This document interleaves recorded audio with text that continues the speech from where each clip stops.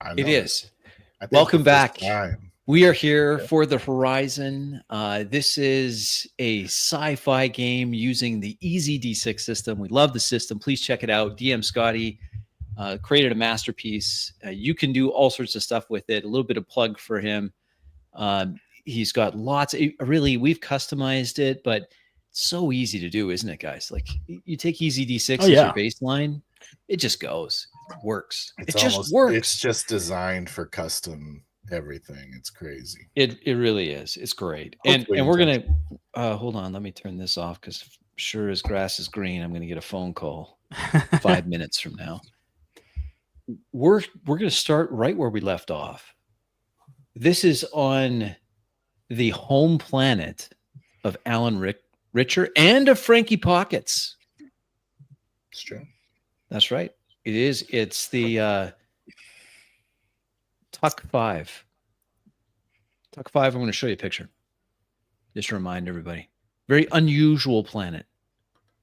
Instead of having a normal axis around the north-south pole, it has an axis around the east-west poles. Has a similar rotation to the planet that every junior high school student loves to mispronounce. Uranus. Yes, I know how you say it. You're wrong. It's pronounced Uranus.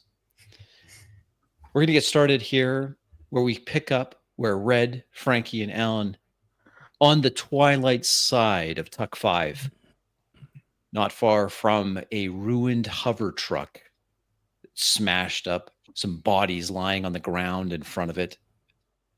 Light pollution a little ways away from a decommissioned mine. Once the jewel of a mining empire, now nothing but a carcass being torn apart by the vultures that are there, stripping it for whatever it's worth.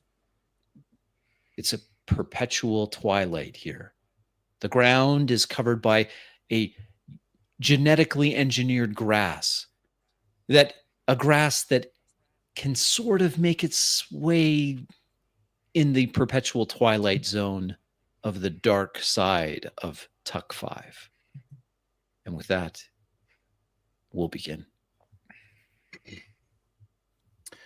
I'm walking down towards civilization in this long stretch of arid, dark wilderness. Got a walking stick with me, pulled from the truck, packed over the other side. And I say, Red, did you get those water tanks? A labored gait to my step, holding 2 large blue jugs. Yes, sir. Try not to step on any sort of rocks or other things that would cause me to trip.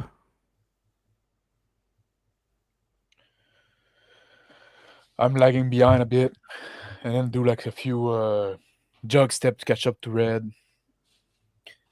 I say, Red, don't you know anybody that can come and pick us up or something? Don't you have like friends still around here? Oh yeah, I got a blood kind of dried onto my mouth and across my forehead now from a head wound that I suffered. It's kind of coagulating now. Starting to do this like, yeah, but we got to get some distance. You saw the range of that drone. Like, God knows he's got more of them. Damn sheer. The soft whir of the scavenger drone as it's flying overhead. In my vision, I have a small picture-in-picture, seeing the point of view of the drone sort of scanning the area. Roll D6 for me, Red.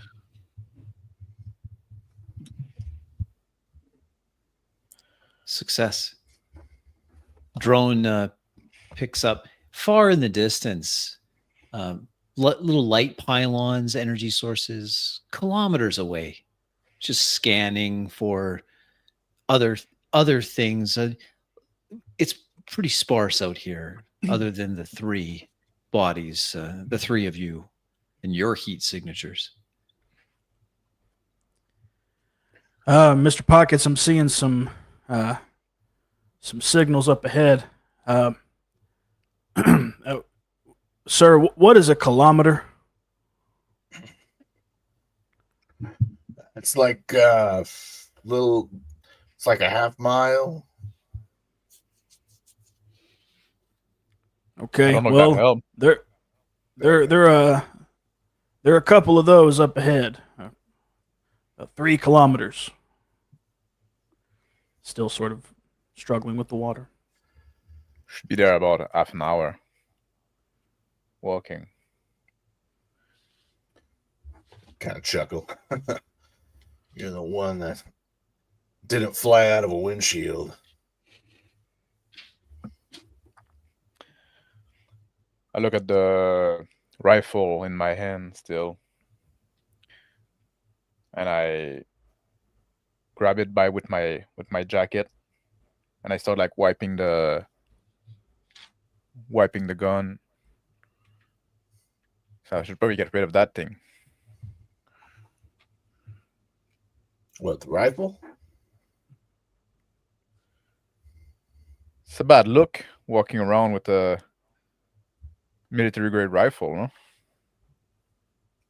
Nobody's gonna believe we're out hunting.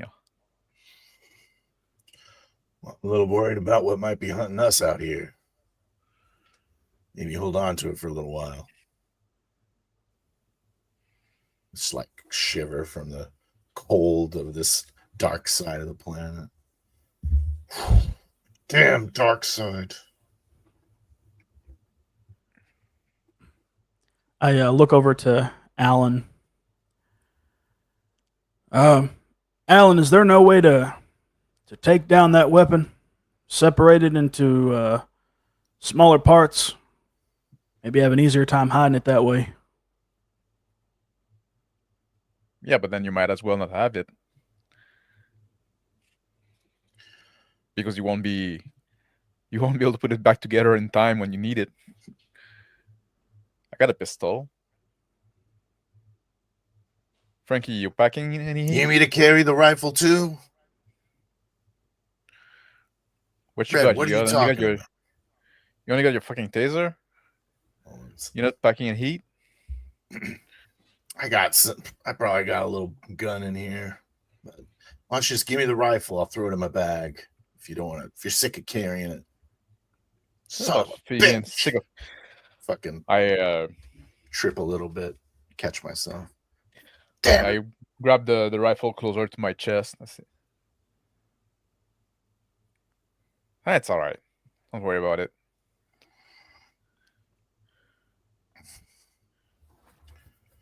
Did you guys have to kill those other guys? Start walking. You know, Shear's gonna be looking for me now. Maybe you're gonna work in our advantage. All right, Alan, let's hear your master plan. Say as we walk. I'm not there yet. You're supposed to be the brain of the operation.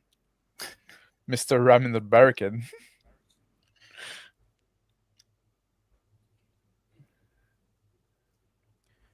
I know, sort of struggling a little bit with one of the jugs.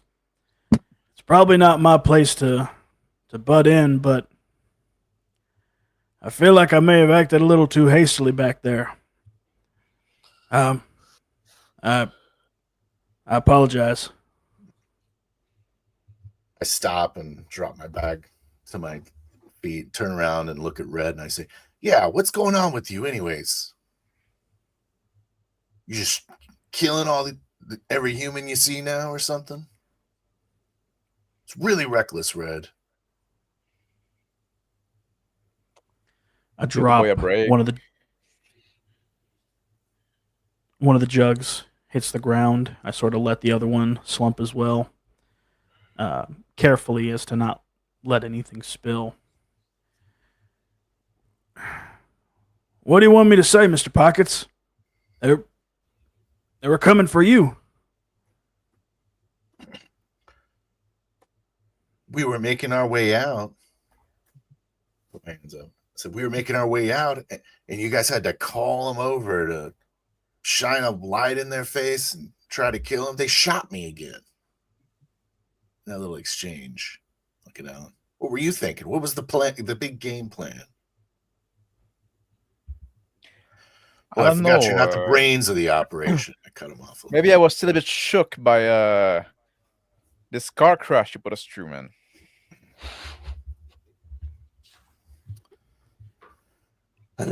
Hands sort of resting on my hips. I step a couple steps forward and kick a rock, sort of curse under my breath. Frustrated, I grab my knapsack and start coughing. Spit up. Little bloody loogie. Throw the knapsack over my shoulder. I turn around facing Red, and I put the cross of the rifle to my shoulder. Not really raising the barrel, but slightly doing it. So Frankie, you want me to put him out? And I look at Red reaction. What, Red? Go over Red. Red, in your vision, a new display, unbidden, unprompted. A red outline around Alan Richter.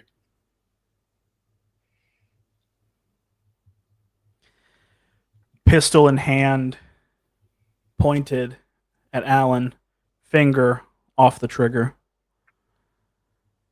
Say, Mr. Richter, you raised that rifle to be the last thing you ever do, son. I say, will you cut it out? And I try to smack Red's hand. Bringing it down, just catching the hand and trying to push it down. I let him. Kind of clumsy. I let him take the gun, pointing it down. Now I may not have all my faculties together. In your vision, Red, a new outline. Frankie Pockets, briefly, just for half a second, red outline, then yellow, then no outline. I say, there you go again, pointing guns at humans. I look over now and I say, he just needs some work on the shop. Don't worry about him. I lowered the rifle. Don't kill anybody. I lowered the rifle. I say, like, don't worry, boy. I was just like, wasn't about to shoot you. I just wanted to test something. And I squint. I place the pistol back in my holster, sort of looking away from Alan. Now I may not have all my faculties together upstairs, but damn it, I'm working on it. Well, Mr. Pockets is.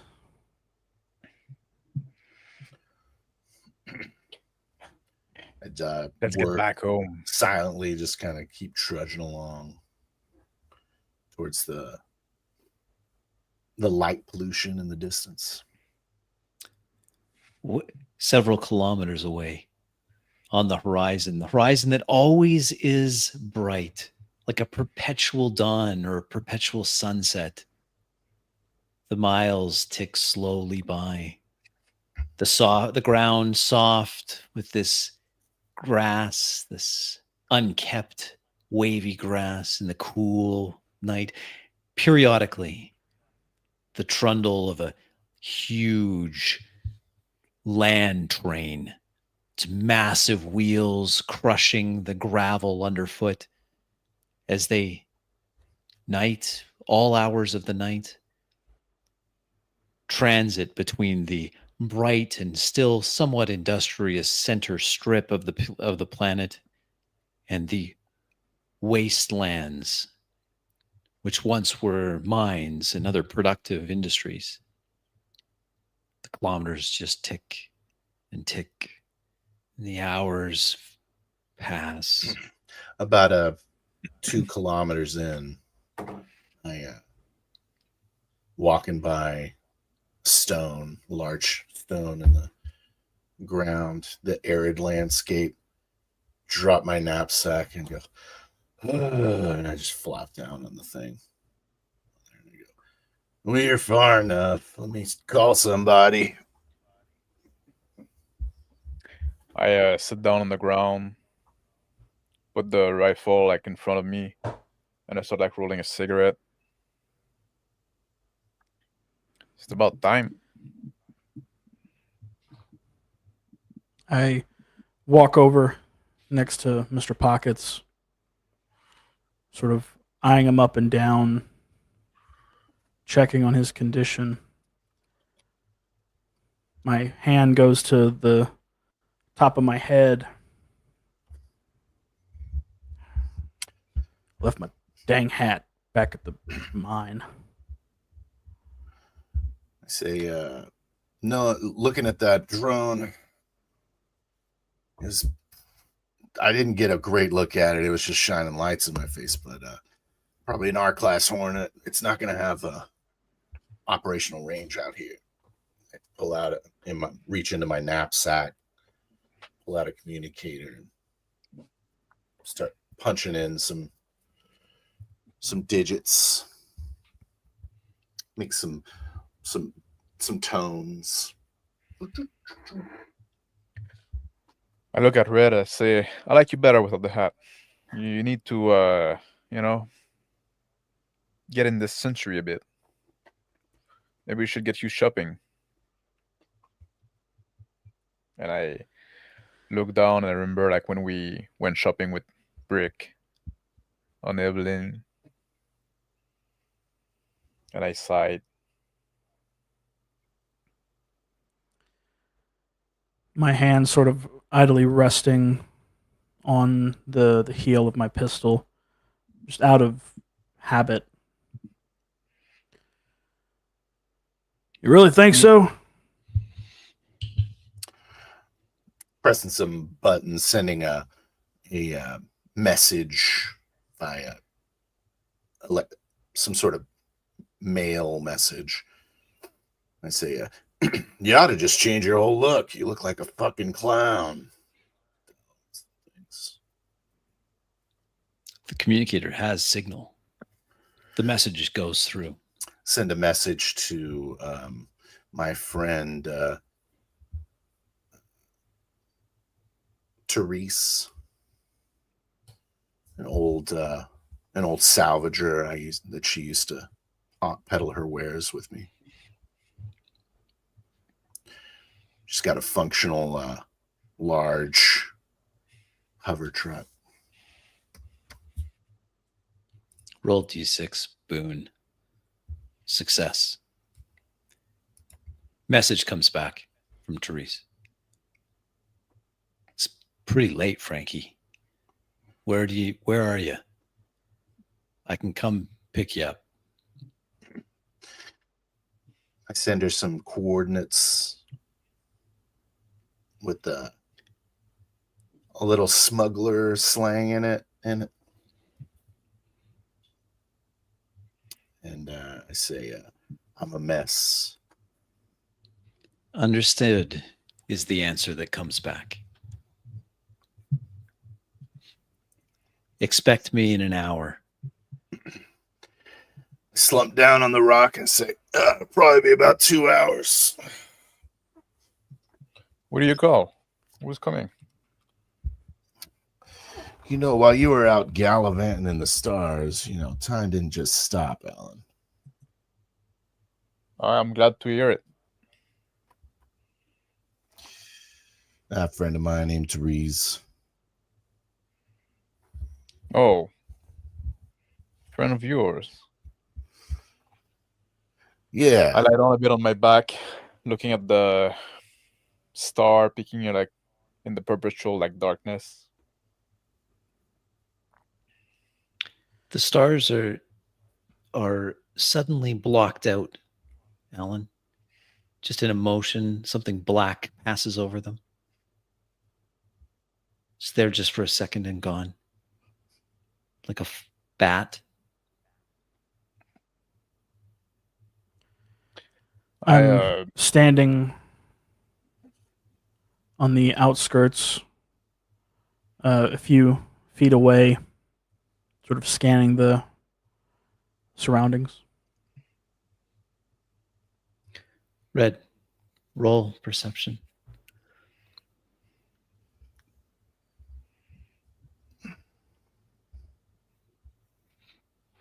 Success. There's motion in the sky. It's black. Only visible as it blocks out stars. A clicking sound. High pitched, beyond normal human hearing. I'm busy looking in my bag. Pull out a nutrient-dense ration, and I say, "You hungry, Alan?" I grab the rifle. I say, "Oh, maybe later. Like, I think there's something out there." And I flip on the flashlight of the rifle, and I sweep the sky with it. Look at this guy. My pistol trained in the sky as well, looking at the stars that blink out and back in. You seen anything, Alan? We're both seeing this, right? Oh, you saw something too? I wasn't sure, but if you saw something too, maybe there is something. Oh, there's certainly something. I heard it loud and clear. Yeah. Mr. Pockets, you may want to find some cover. You're still pretty beat up.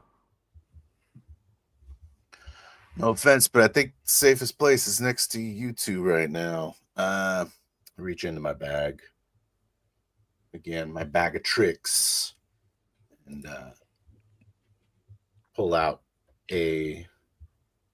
look for my high-powered lantern.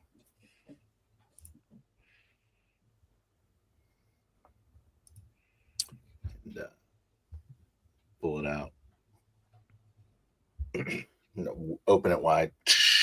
Pull it up so that as it pulls up, the light starts spilling out and filling up the area. An audible screech in the air. A large 2.5 meter wingspan, leathery wings gliding silently in the night, the perpetual night, white eyes and fronds like a nautilus at the mouth. It's a vulture bat, drawn to the smell of blood. It reacts to the light, flapping its big wings. I take a shot in the air, like like a warning shot, just for the noise. Loud I let off a couple rounds in its direction, trying to take it down.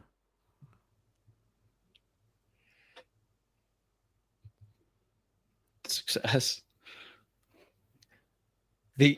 A round pierces its leathery wing.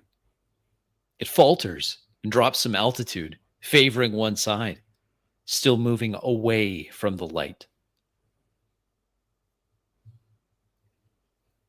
Like moving around, try to keep the light on it, to focus the beam a little bit more. Small flying insects drawn to the light as well. Success. Trying to blind it with the focused beam of the high-powered lantern. It falters again, and then with a cry, another audible cry, flaps off, putting distance between the lantern and itself. Kill it, Red. So wait, let it go die somewhere else. They're attracted by the blood. I just look at Red expectantly. It's gonna distract the other one. Then I'm gonna Gun like, still hold back. trained.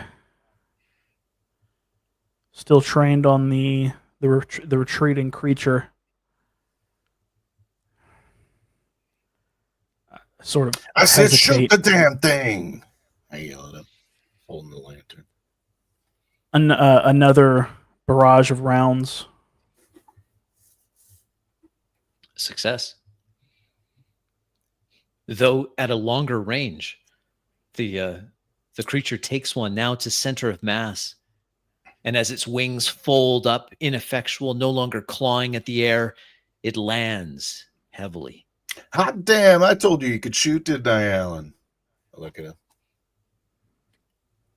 I lower my distance. gun, like holding it like under my arm. And I turn off the flashlight on it. I say, well, no, look, it's bread and it's gonna go eat it. They don't care. Let's go burn it or something. I don't know. We got 2 hours to kill. We don't need him coming around here, just like you said. I don't want that thing hunting me anymore. I like to kill it. I So check my get gun. up, get up slowly. Yeah, sorry. I remove the magazine. It's empty. I check the slide. 1 round. Mr. Pockets, I may need a refill here soon.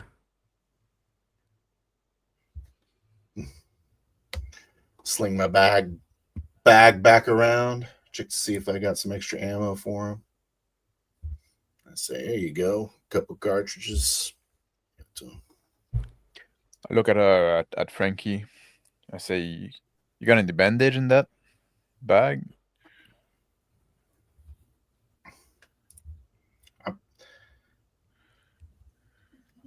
Yeah.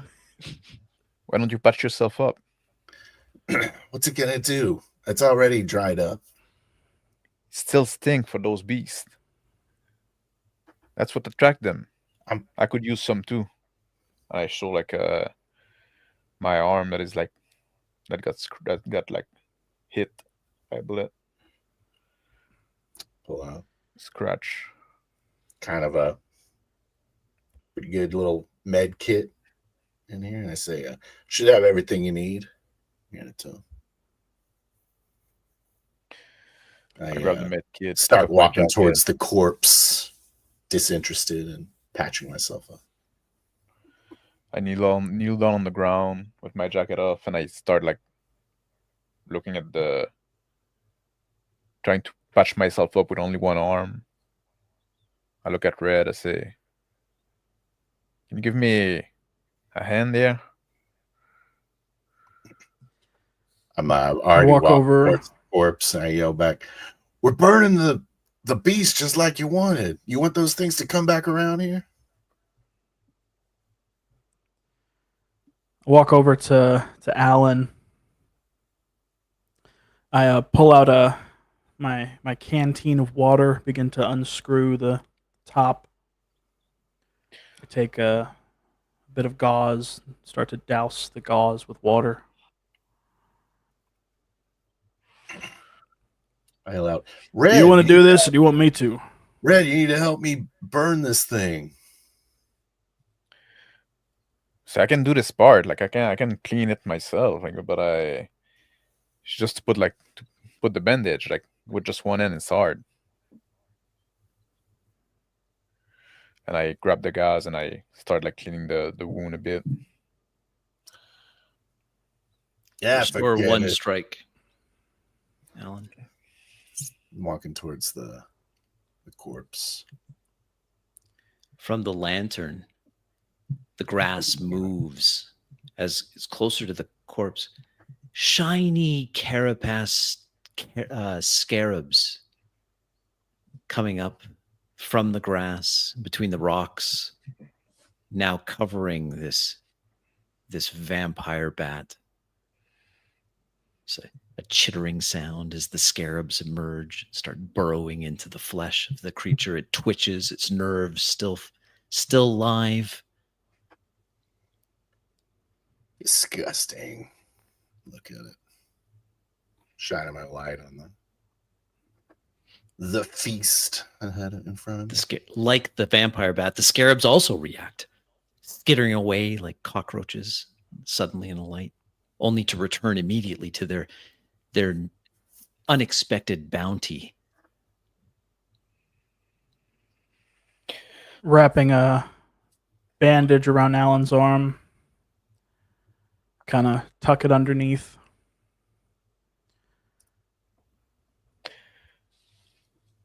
I thank you, man. And I grab my jacket back and I start like putting back on. So you may want to go check on the old man over there before I get himself in more trouble. Looking at the corpse, I put my hand back in my bag looking for some sort of combustible flare. I was like, left it back at the damn truck. Shut it. I go, well, they ought to make it quick work out of that.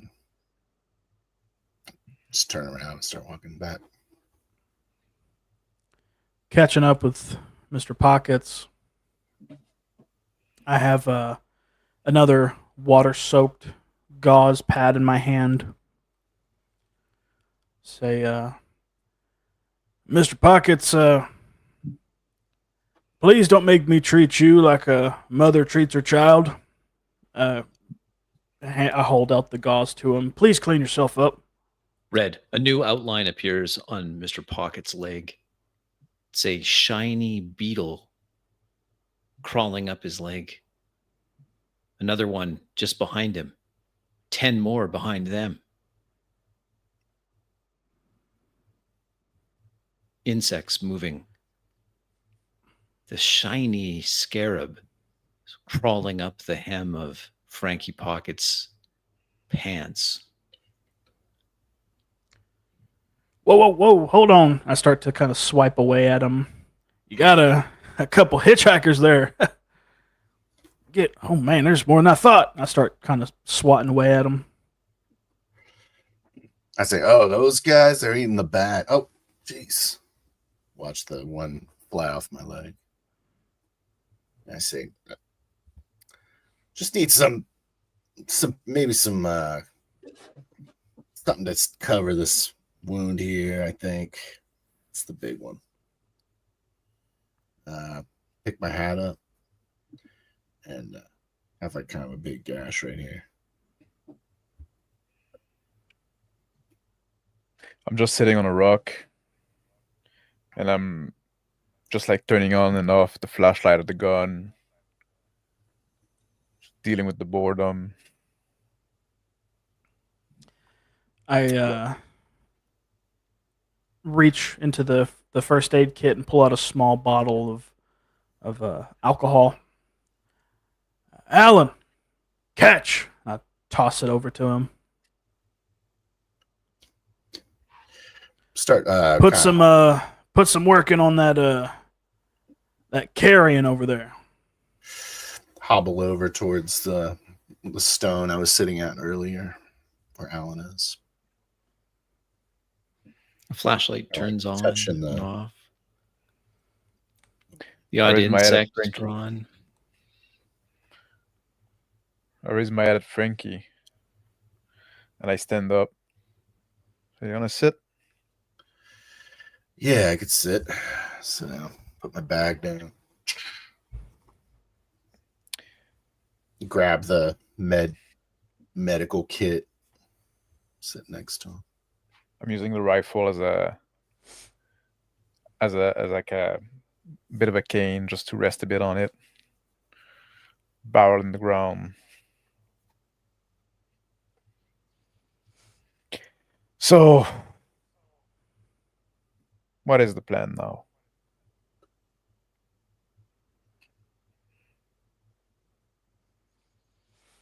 I grab some gauze and start to kind of treat my wound sloppily.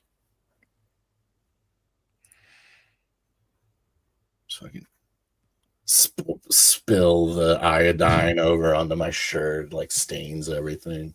Like, just chunk the whole thing across the rocks. I say, damn. Put the hat back on. I grab my tobacco. I roll a cigarette, and I hand it to Frankie. Red. I reach down and pick up the bottle of rubbing alcohol that Alan didn't catch. I begin to walk back over to the dead creature. In just a few minutes that have passed, a blanket of scarabs, shiny black carapaces, have completely covered the vampire bat with a small chittering sound, pieces of the bat disappearing under this blanket of carrion beetles. Light the cigarette and start taking a drag, looking a little more relaxed. Still bloody. I say, the plan, well, I don't know, sounded like maybe he's making some kind of deal. I don't know. I mean, how important is stuff? Maybe we just need to find another way. I don't know here, Alan. I don't know. We could try to live without this new ident, but I could make a pretty bad ident ship out of like a similar model ship, but any kind of real scrutiny, government or that's what we had before. Solid corporate scrutiny is just going to see right through it probably. You're not going to want to go through any gates without pinging the authorities. Especially when it's the gate authorities that is after us. Yeah. But I got a lot of AM3. Kneeling down, I see these beetles have picked the carcass clean. I stand back to my feet, begin to make my way back towards the others, hearing sort of the little bits of conversation I can. We could find a really good forger. Take it to Big Drag. What about this shear guy? Maybe we got something he wants. Well, that's my point, Alan. You don't go killing 5 of his men and then ask to make a deal with the man. And expect a good deal, at least. So you think we should have killed more?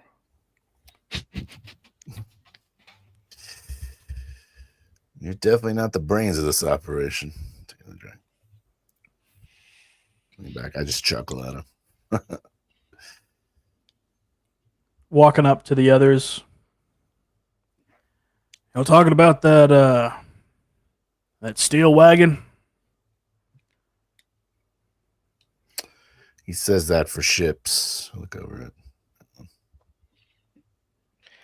Yeah. That's what we're talking about, Red. Well, kind of sigh. Think of it this way. If a man buys himself a bunch of horses, it's not likely that he's going to walk away with them right then and there. Typically, he has to arrange for transportation. So maybe that's what we're waiting on. Even if the sale is final, who's to say that it's not going to take a little while for the proper arrangements to be made for it to be taken out of there? Paperwork and such. Could we buy the... Oh, yeah, you're right. We killed this man. That was a mistake. I say, Because think if about Cheers selling the ship, you could sell the ship with the Horizon ident. You know what it is to him now. I take a drag and I say, thing about horses, Red, is that they're their own transportation. So when you buy it, you can just ride them off. Yeah. But you need a stable. We got to find out where that ship's heading to, maybe. I don't know who he sold it to. Drag.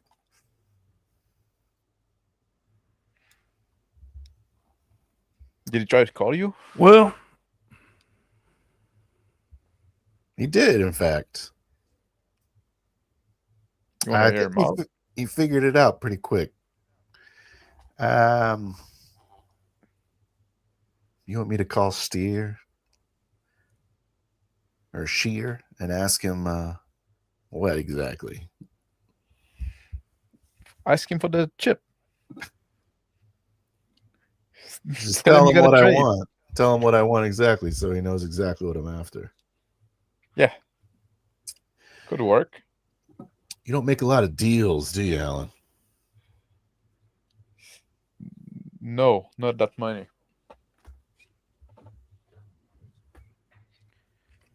Usually they don't go that well either. In a negotiation, you don't tell them exactly what you want, because then they got all the leverage. See? what if we had a sweetener? Something that we could throw in to make it where he couldn't refuse. I look over at Alan. I just kind of Yeah. nod Like over some- towards Red. I say, I nod my head and say, yes, like some very expensive piece of equipment that is rare and useful. Yeah. You thinking what I'm thinking? I don't think so, Red. Probably not. What are you thinking, Red? Leverage your junkyard.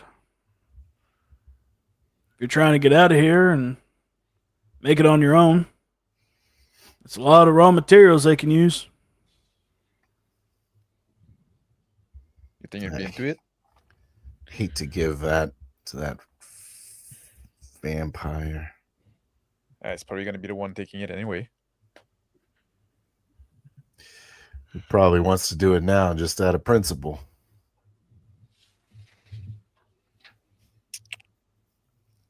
What if we tread on him? We say, you know, we killed like a bunch of your guys. We're going to come and kill more if you don't give us. All right. I didn't expect him to have that much security. Didn't you?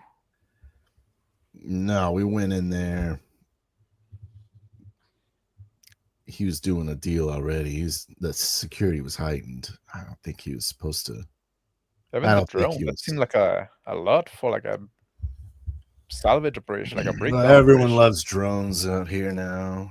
Ever since that one company came, I forget what it's called, but they kind of sold a lot of cheap drones, and everyone just kind of used them so that they wouldn't have to hire the people around here anymore. Nobody wants to work anyway. Sort of cross my arms. I give a whistle, and the drone sort of whips up behind me, and I have it go sky high, do a scan of the area, looking for any approaching vehicles.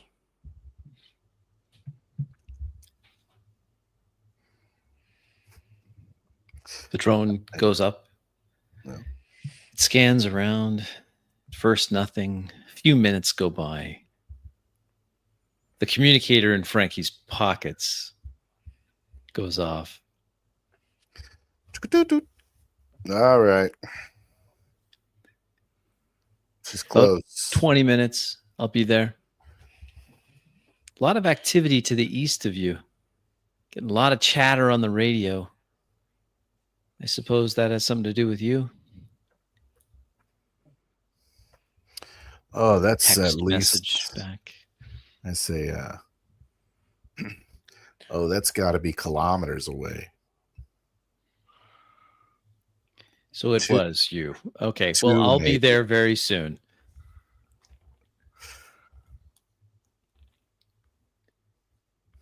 So what do you And this think? makes us even, is the last thing from her message. Whatever this is, we're even now. There's no such thing as even with friends. She sends back a emoji of a middle finger. Just kind of left. Spit again. I spit in the mimicry of Frankie. I say, what do you think the kind of heat we're gonna get for like what's happened tonight? Maybe I should call him.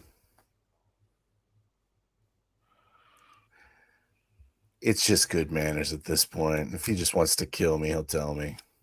Maybe we should do a wait until we're in a place where a little more control. We're sitting duck out here. It's pretty tough to track this little guy. Go ahead. And All right. Could wait till later.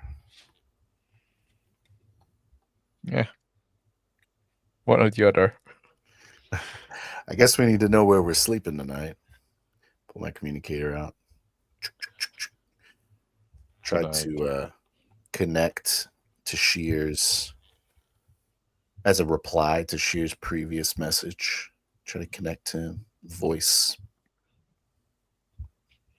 I always find it funny how people like still have notion of like tonight and being late on the air.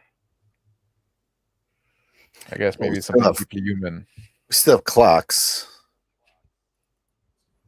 I routed they through kind of server that I have back at the junkyard. Success. Wired as a jury rigged sort of VPN. Sheer picks up almost immediately. Frankie, what the hell? Were you here? It looks awfully like you. I don't think I want to lie to you here, Sheer. Speak up. What are you doing, man? I'm sorry about the mess we left. You don't say. The mess you left. The mess you left. Listen to you. I covered up. What's going on? Why did you show up in the first place? Who are you working for? Which of the cartels hired you? Tell me now, and we'll just put this under the rug. You know I'm Switzerland. I don't try to get in the mess. In that mess. Well, you're in the mess. Buyer. I've got bodies here, Frankie. Bodies. You know what comes with bodies? Questions. A lot of questions I don't want to have to answer. I came in with some hot-headed. You know better. Why didn't you just call me? If you had something for me, you could have just called me. You're trying to rickroll me? What is this? You show up with some heavies? Listen, all right. I was just a silly old man. You know, I wanted one last little adventure, and things got a little carried away. I'm calling you to try to make it right. That's all. And we need to meet. I realize, I see you're at the junkyard. All right. I'll meet you there. Don't move. Don't leave. Hey, that's not how it's going to happen. I need to know what's going on. I need assurances. I'm not going to give you assurances on this comm. I don't know who you're working for. Attack my operation? Come on. Well, what can I do to make this right, Sheer? I told you. Stay where you are. I'm sending someone to pick you up. Don't leave the junkyard. Don't try to pretend you're not at the junkyard. I've traced your comm. I'm staring at Frankie, trying to understand what is going on. I cover I it. nod my head. I say, I think he wants to kill us. Cover it. Who are you with? Leaning in, listening to this whole conversation. My my internal database taking down the sound of Shear's voice, saving it for later. Very distinctive, quite nasally. I say, listen, I'm not at the junkyard. What do you mean? I've traced you. I paid a lot of money for that trace. I'm pretty good at He what I yells do. off. Trace him again. He's not there. Keep working. I say, I'm pretty good at what I do. Listen, I just want to make some kind of damages. I want to pay you some damages. All right? You don't need to make an example of me. Nobody knows what's going on. I lean to Frankie as I say that. I say like, offer him to we work for him. Ask him if he need us for something.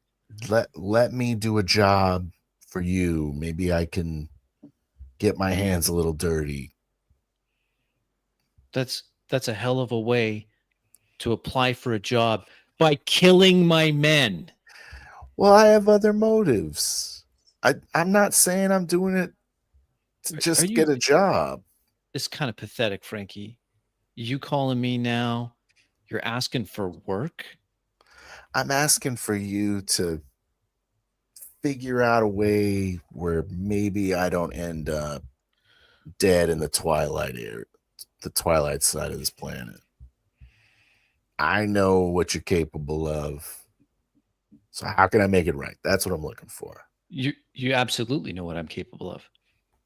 And so I just can't, I'm really trying hard here, Frankie. I can't process why you've done this. You tried to burn me, Frankie. We're through. And he closes the comm. I say, okay. Headlights from a grav truck now just picked up by the drone. You didn't go for it, Alan. I bring the drone back down and kneel down, press a button on it, and sort of goes back into its docile mode, mimicking the voice of Mr. Shear, that same nasally tone. We're through. Sounds like a real charmer there, Mr. Pockets. Yeah, I guess he took that personally, Alan. The whole killing all of his men thing. Well, like those fucking drone that came on us, like, like we just went for a talk and then like those drone came to chat on us right away. That's the problem with those drone, right? You can fucking talk to somebody. We were trespassing on his place, Alan. They take that shit serious out here, especially when you're in the bush. I get up slowly, bones kind of creaking. Back. Start walking towards the truck. I wave. The truck pulls up, slowing as it approaches, and final approach, it just sits there in the air, hovering. Driver's side door opens. Headlights stay on. A short, rotund woman gets out, baseball cap on. Frankie, what are you in for? Who's this? Should have told me I'd have more passengers. Face is like covered in blood. Still the signs of my injuries. And I say, I got in trouble, Therese. She moves quickly, right up to Frankie. Let me take a look at you. Grabs her none too gentle Frankie's head. Pulls her. You're a mess. Easy. Get in the truck. We gotta get you looked after. And then her eyes size up Alan. Who's this tall drink of water? I look at her and say, "Oh, Therese, I'm Alan. Oh, this is Alan. Oh, Frankie used to talk about you all the time. She takes out a Once in a while. cigarello, puts it in her mouth, and lights it up. Yeah, I've heard all sorts of stories. You and what was the other name? The other lad that you educated in the ways of nefarious living. Brick. Brick, that's it. Brick. Yes. Yes, I've heard those stories. And she turns, taking a long drag on the cigarello, blows it out. And who are you, cowboy? Heel of my hand resting on the handle of the pistol again. Other hand touches a not there brim of a hat. Name's Red, ma'am. How do you do? It's quite the accent you have there. What's his story, Frankie? Then come on, get in the truck. He's an You're just standing android. there. Just like walk over towards the truck. What do you mean he's an I walk- android? You know we don't make androids like that. No, he's like amusement park kind of. Oh, well, that explains the funny accent. Some kind of Eberlean thing that they're pulling off. Huh? Whatever floats your boat, she Kind of says. what? I go Well- sit down on the in the back seat of the truck. I go to the shotgun position. The Hop in the truck is bed. a large 5-ton affair, covered bed, a winch used for picking up scrap and is visible on the very end of the truck.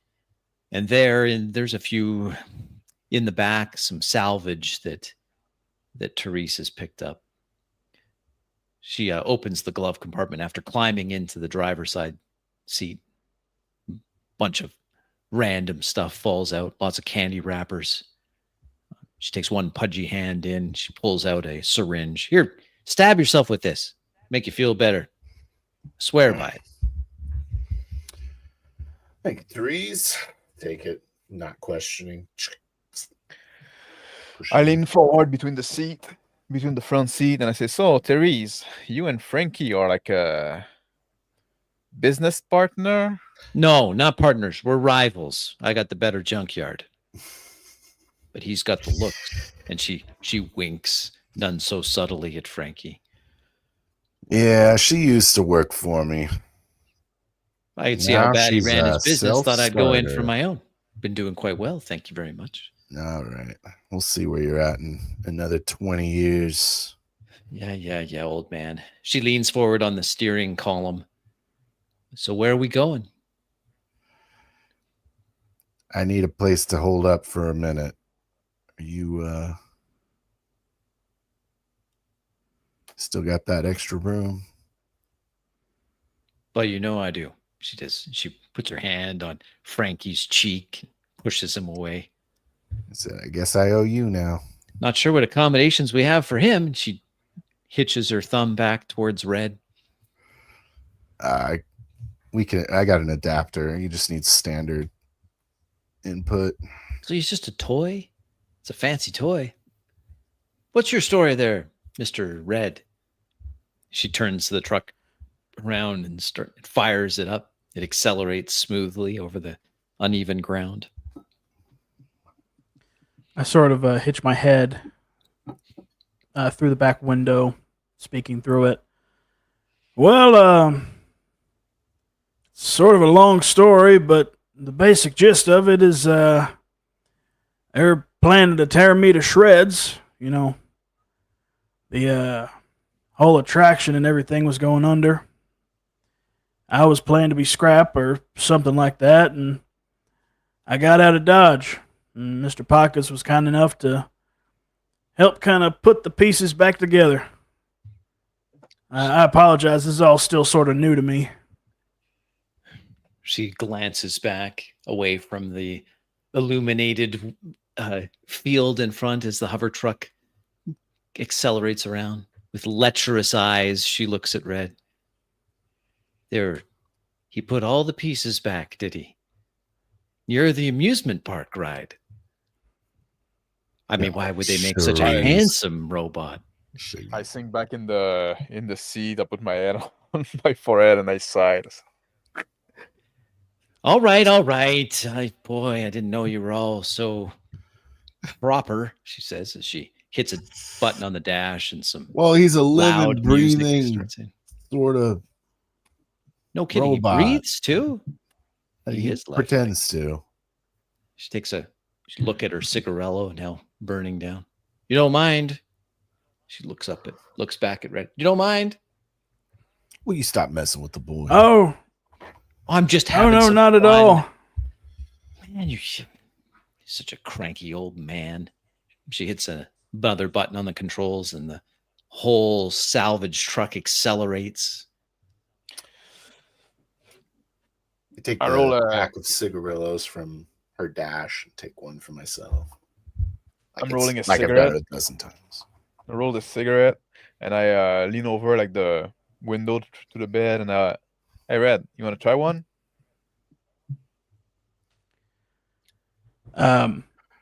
I reach a hand through. Therese Thank you. tries to slap Thank him. you, Like, Alan. no, don't let him corrupt you. Nice Look at boy Therese. like you. What arms is it gonna do him?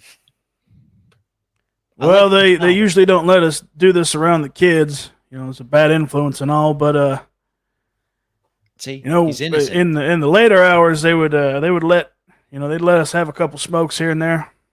She looks at And it was just the at grown-ups. at the mention of later hours. She glances over at Frankie. And, He's gonna gum up his works. Don't give him a cigarette.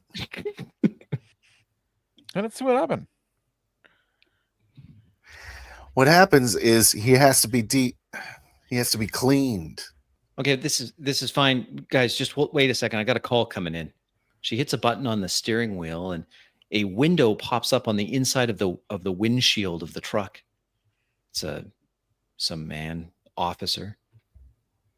She motions to be quiet. Yes, what is it? This is Therese. And through the speakers of the salvage truck, a voice comes over. So we have we're just checking all vehicles leaving this area. There's been some sort of incident. I don't know. The details are very. We're not quite sure what we're dealing with. We're just asking if anyone's been near the old Porter mining mine. You know, the old one, Jody Fern mine. It's an unauthorized landing over there, picked up by our air traffic control, space control. Just checking to see. That's all.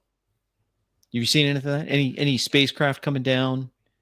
She said, I haven't seen no spacecraft, she says. She looks over at Frankie. I look at the rifle still in my hand, and I put I it just down got- on the bottom of the truck. Just kind of Hey. rubbing my chin, trying to avoid eye contact with Therese. In an Therese obvious looks back. way. Nope, just doing a regular run. Nothing big. No plans to go over to Porter, and I didn't see any spaceship coming in. All right, then. If you see anything, ma'am, whatever. A very bored Port Authority official signs off. Therese turns when it turns off to Frankie. Spaceship? Shear's making some kind of deal out there. You dealt with Shear, that little Nah. pissant, that holier than thou, too big for his britches. That guy, the little corpo that thought he could just buy his way into everything. You're dealing with him? Come on. I was trying to Yeah, rob him. Okay. Well, I mean, that sounds okay. I give a big smile at her rant about Sheer, sort of chuckle in the same mimicking voice, perfectly replicating his nasally tone. We're through. She I slaps tell you the- what, that's just a little ray of sunshine. Oh, I like this one. She says, that's great. Hey, do me. Hey, can you say something like it's me? Replicating it perfectly. Say something like it's me. Oh, this is great. I have so many people I want you to call. Okay. Oh, great. Now I got to listen to you twice. What do you mean? He's not going to I sound didn't know like me. I lean over to Frankie, and I said, "So, Look like shit didn't call the cops on us. That's at least that. Cops? Therese isn't going to call the cops on us. Sheer. She chuckles. Probably. Oh. Sheer. Sheer. Guy as dirty as that, Therese says. He thinks he's the cops. I don't think he wants any authorities around. Do you notice that it was the port authority that was asking about unauthorized landings? It wasn't the cops, what little we have of them. So Sheer must have like some enemies. Maybe we can leverage that. Well, the other syndicates. And who would have guessed with such a shining personality that he would turn people off? Yeah, I don't know many people that view Sheer as a friend. He's not from around here. We'll just leave it at that. Yeah. And when you're not from around here, Red, if you don't have a nice trick like you do, well, we're not too keen on these outsiders. We're just picking at our bones, what they are, selling us off to the highest bidder. Yeah, no offense, but Sounds like a couple of men about town. Yes, whatever that is. Yes, exactly. Money talks here. You should talk like. Therese. Can you talk like Frankie? No, he Red, can't. can you just do a little bit? Just a little bit. No, I look back at Red. He can't. Oh, you're no fun, old man. She punches a few things, and the salvage truck changes direction slightly. Some kind of crazy black ship, right? I think that's what the Port Authority was looking for. Some strange looking ducks came out of it. Do you think do you think you got a picture? Hey, Red, do you have like a memory stick or something? Like you can call up what you've seen? Look back at Red. Unsure of the answer myself. I think for a moment in my head, I'm able to replicate the image. I close my eyes and concentrate really hard. I'm going to roll with Bane.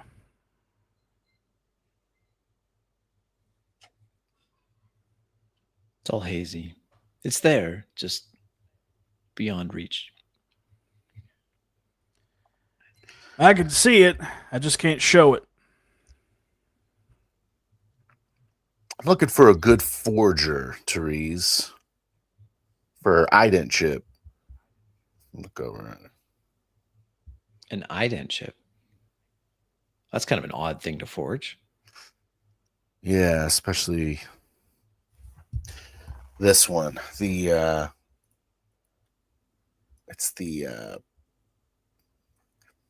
EX300. That's CX300, like the one that you had CX300. pictures of in your office? That one? Yeah, they got these sapphire ident chips. Of course they do. Yeah. Etched sapphire. Very hard to fake. Well, that's why I need a good forger.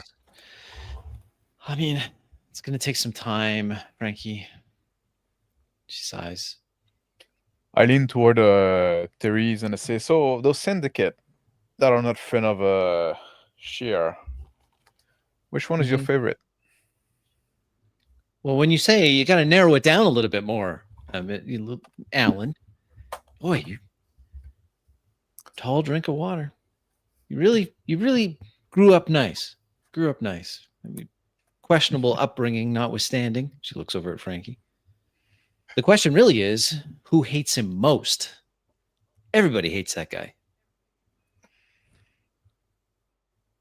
I don't know. That's a pretty long list too. Come to think of it, might be easier to find a friend of his. There's probably only one or two of them. What do you think, Frankie? One of them we can work with?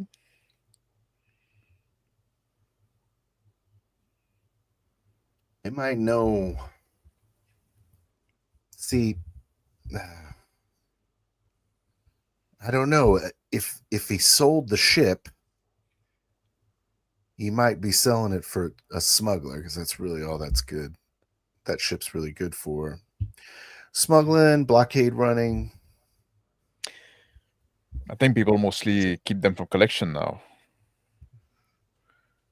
Yeah, He didn't use the ship, no? I'm telling you, Alan, it's got good bones. You can modify the hell out of that thing.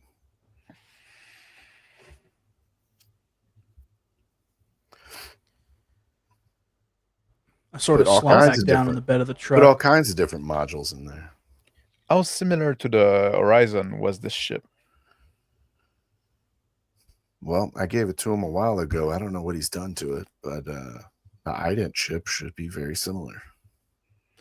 Was it restored? Was it in good condition? Yeah, the one I gave them was in better condition than the Horizon. Horizon was more of a hobby. It's more capable, though. Flick the cigarette out the window.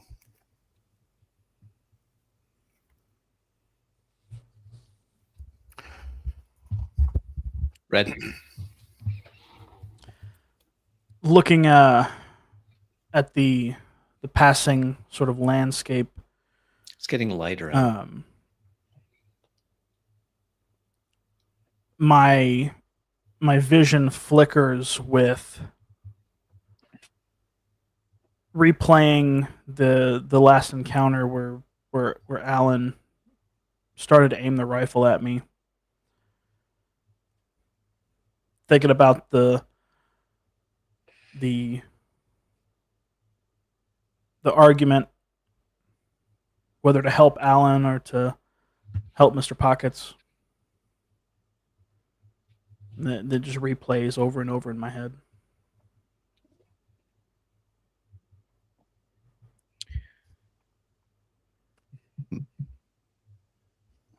I sit back and I say, I like this idea of looking for maybe a competing smuggler. I don't know. Maybe they might have some kind of infiltrator there or something. Maybe they'll have more information on it. You're looking for information on what? Shear? Teresa says. Yeah, Sherry made a sale for a ship that I'm interested in. That's why we were there. He was trying to sell a ship? Are you sure? No. I don't know what he was doing. There were crates. So he took a delivery. Yeah, I received some delivery that seemed quite sketchy. Yeah, but he's like... That's odd. He's taking a delivery. Why would he be taking a delivery? Aren't those guys just picking apart the old Porter mining facilities? Probably needs groceries, some shit like that. Why would he take groceries from some kind of fancy stealth ship that's going to trip off get the old space authority and their knickers? I don't know. Maybe he's going to blast the mine or something. He needed some high explosive or something like that. I really don't know. And that's not should really be able to get those, no? Yeah, it doesn't. Yeah, that's not an important point. We're not about we don't care about what he got delivered. We were looking for the ship. We think he's selling it the next day or something, right? He's selling a ship. Wow. Yeah. Shear's trying to make a play for something. But why would he take a delivery? Sort of. If he's going to sell something right away. I mean, anyway, Shear has no friends. It shouldn't be hard to find someone who's got a axe to grind against that guy. Why did he want this ship so bad back in the days, Frankie? I think it's a perfect smuggler ship. I don't know. I just always liked it. I like the look of it. Engine's good. I just wanted to really modify a really nice salvage. No, why did Shear want one? I don't know. I think he's a collector too, but maybe not. Shear a collector. Well, that's new. Hey, how's he doing? She looks back at Red. You okay? She takes a big plump hand and moves it in front of Red's eyes. Is he okay? My vision comes into focus, seeing Therese sort of waving her hand in front of me. Yes, ma'am. My apologies. I'm It's getting a little bit late. My I'm a bit drained. If you catch my meaning. I look at Teresa and say, he just does that sometime. Interesting. And you gave him a gun, Teresa says. He's a great shot. You should see this guy. He's What kind of amusement park was this, Red? it's like Western kind of. Well, I got that from how he speaks. It's kind of funny. I pull out the pistol, kind of holding it. I begin to spin it around. I'll have to show you later. It's probably not the best thing to do while you're driving. She looks nervously back at Red. Yeah, let's do that. I look back at road. Al. I say,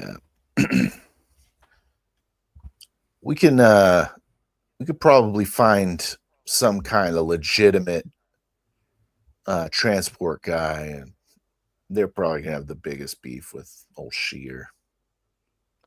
What if we go lay low in the horizon for a little while?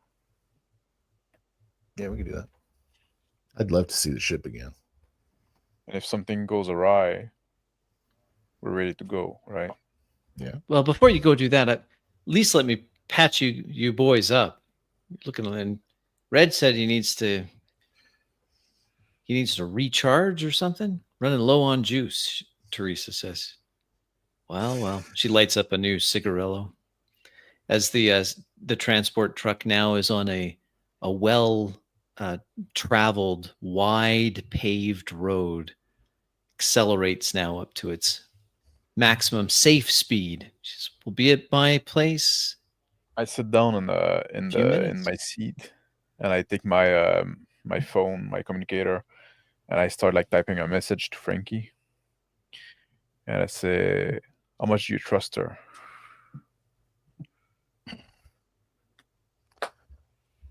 I look at it, just ignore it, put it down. Look back at him, and I just nod at him. I start typing again. I say, "Now she knows a lot, and I don't like her knowing where we are." Look at the communicator again. Just put it in my pocket.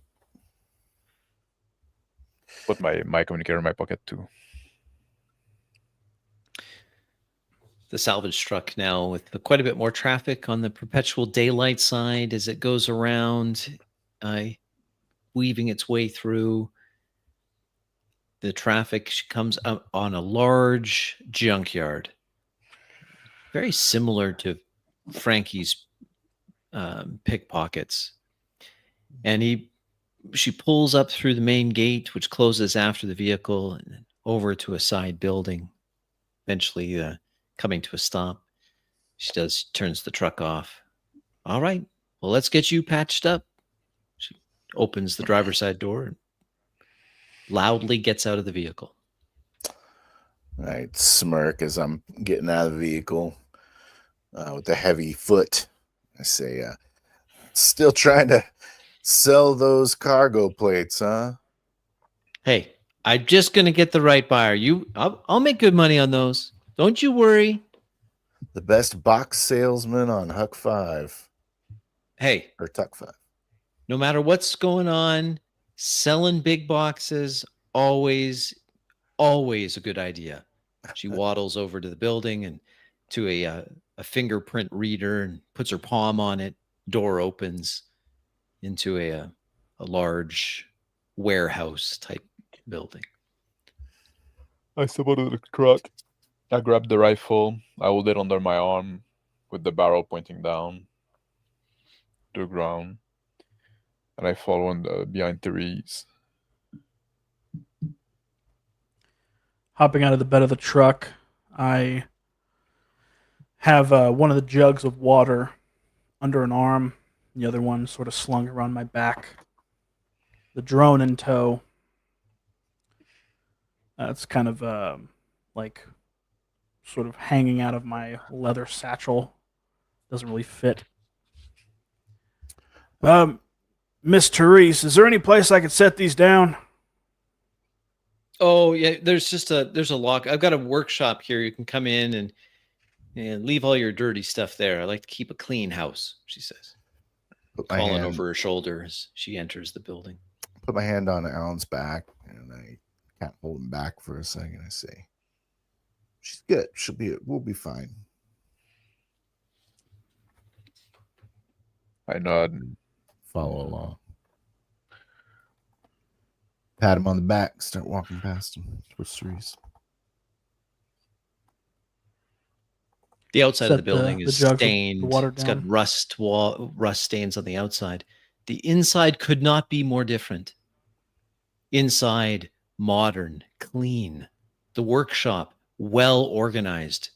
A full suite of tools, some quite rare, on a workbench. And beyond that, Therese is hanging up her hat or ball cap. She's shrugging out of her vest and putting that into a locker. The locker whirs, starting to clean the vest immediately. You just put your stuff in the locker. It'll clean all your clothes. No problem. I like the modern conveniences, she says. She then presses a door panel. Another door opens. A cool, conditioned, and scented air wafts in from a modern and well provisioned large living space, a modern kitchenette or kitchen, a beautiful slab of polished concrete for a countertop, and beyond a full hollow deck suite with what looked like brand new or shiny overstuffed leather recliners in front.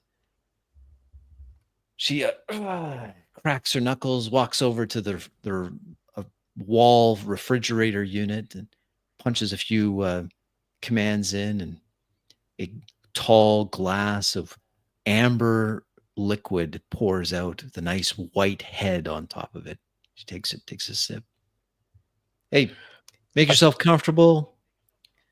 I'm gonna just freshen up. And she takes a drink of this this beer that she's got on tap. Says, make yourself comfortable. You can check all the news, everything you want. We got a full data suite here. It's all good. All the modern business has been good selling metal boxes, old man. She waddles out of the kitchen. Couldn't have cleaned up a little. Walk I'm around. going to freshen up now. I'm taking off my jacket and I start using it to wipe the rifle. Try to wipe the whole thing, making sure to leave no prints. I flip the buckle on my bandolier, sort of loosen it, slide it off my shoulders. Start to take off my vest as well, revealing the very tattered, torn white shirt underneath. Place it into the cleaning locker. Look around, kind of getting a good sense of the area.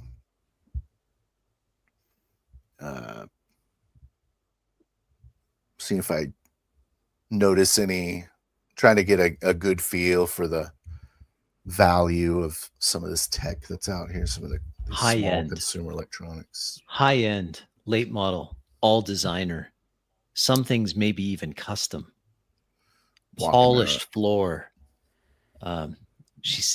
Therese has acquired a taste for shiny chrome and polished metals and glass. It's tastefully decorated, not gaudy, but very, very different from the rest of the junkyard. Just taking note of these designer label brands. I rest the rifle against the wall, and I put my jacket in the cleaning locker. And I walk toward the bar. A full bar. Expensive looking bottles. I take my white shirt off as well and place that into another cleaning locker right next to it. The sort of tattered skin, torn, revealing the underlying robotics, and on my upper back, there's a metal plate that reads "Reenactment Entertainment Droid," and the Cybertainment Tech Group underneath it as well. I turn around, start walking towards the bar. How about some sarsaparilla? Wash the trail dust off my gullet. Walk over towards Red, and nearby is a little data access.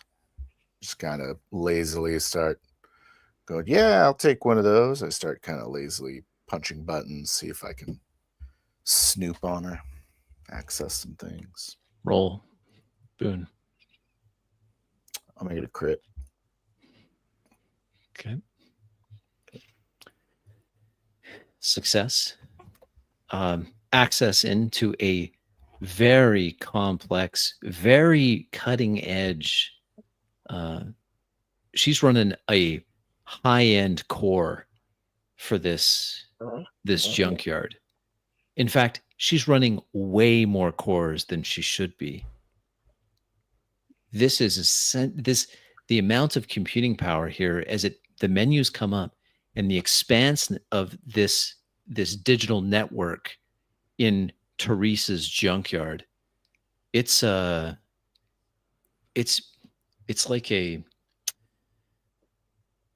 server farm.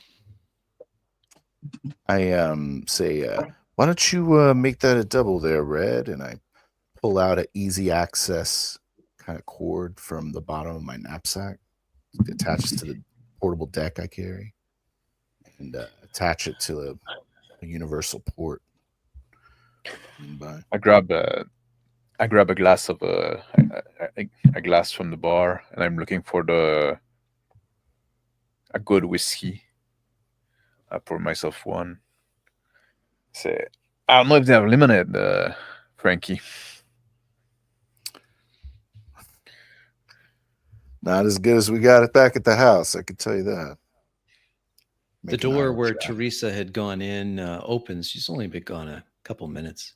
She comes out with a very plush white towel as she's drying off her hair. She's got a silk or satin looking house coat covering herself up. She walks out. Oh, good. I'm glad you're making yourself at home. I do have some guest rooms. She points over to the far side of the great room. You're welcome to use those. I can freshen up. She looks over at Red. Ooh, you look like you're pretty beat up there. I can see his metal innards. It's kind of scandalous. Take off my knapsack real quick and just kind of sit it on top of the console, so it kind of masks where the cord goes, and display. She puts her empty beer glass on the counter.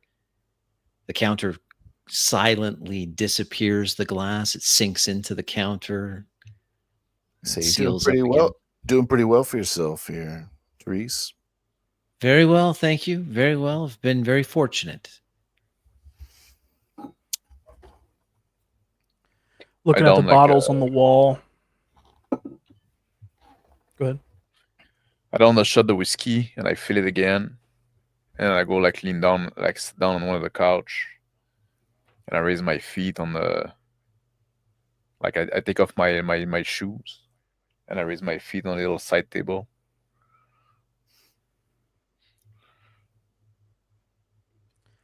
Looking at the bottles on the wall, the various whiskeys and other spirits, I reach and grab a bottle of bourbon. Mr. Pockets, what's this? I don't recognize this brand. starts with an E. How do you pronounce this? Eberline? Oh, I yes. don't Back know. down. That's one of Therese, my better bottles. Therese loves to show that stuff off. Why don't you tell him about it, Therese? It's genuine, and it's Eberline, I believe is how it's pronounced. Makes the best whiskey that you'll ever find. Best in the entire quadrant, maybe in the galaxy. I'm sipping on my glass and I say, after a while, you can get sick of it too. I'm telling you that. Oh, you've had it? Oh, well, then you can appreciate smooth. So smooth. It's not going to be better than anything you can find on Miriam. I can tell you that. Well, yeah, well, it's Miriam. It's got its charms. I lean over on so that I'm right behind my pack. Just trying to subtly unplug the cord on it. Go ahead and roll. Boone.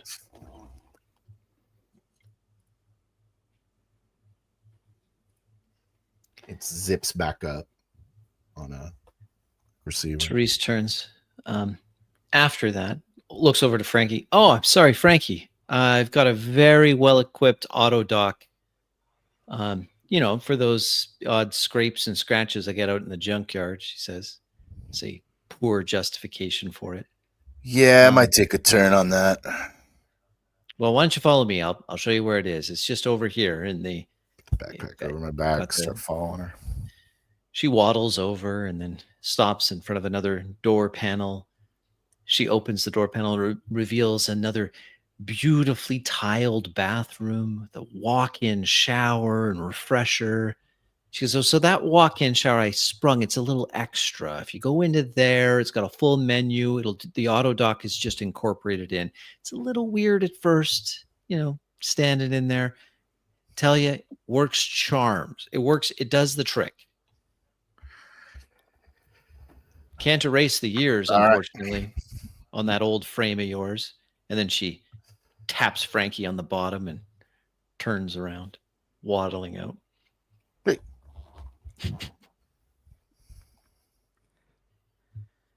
I grab a bottle of ice cold ale,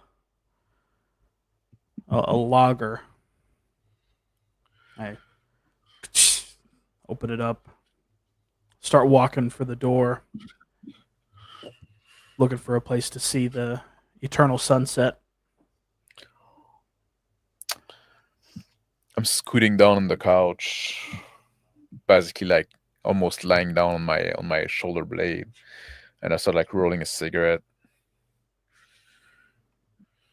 I send a message. I'm in the shower. I get my pack out and I lock the door to the bathroom. Try to pull out the deck and scan over what information I was able to pull off of hers.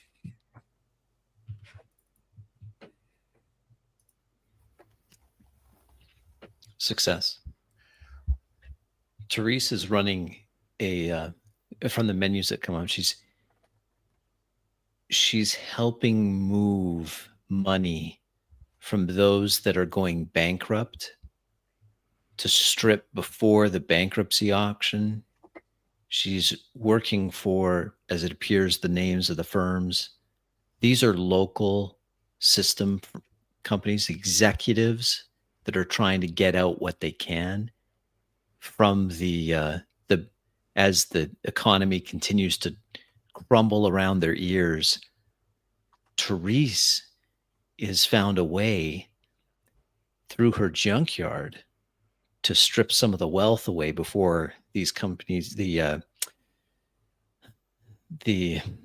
what are those called?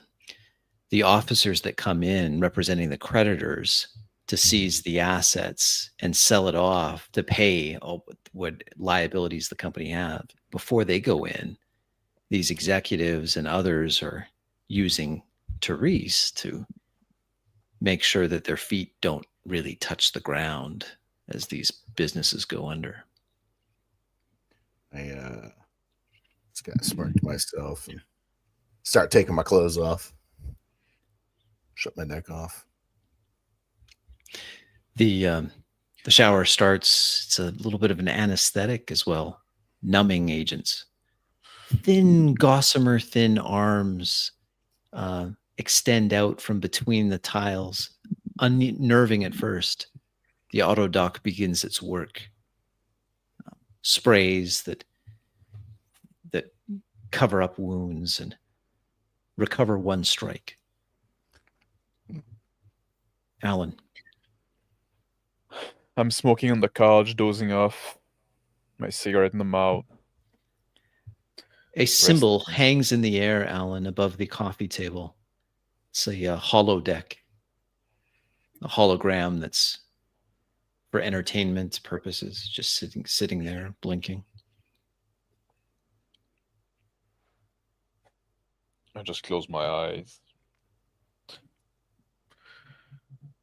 and rest.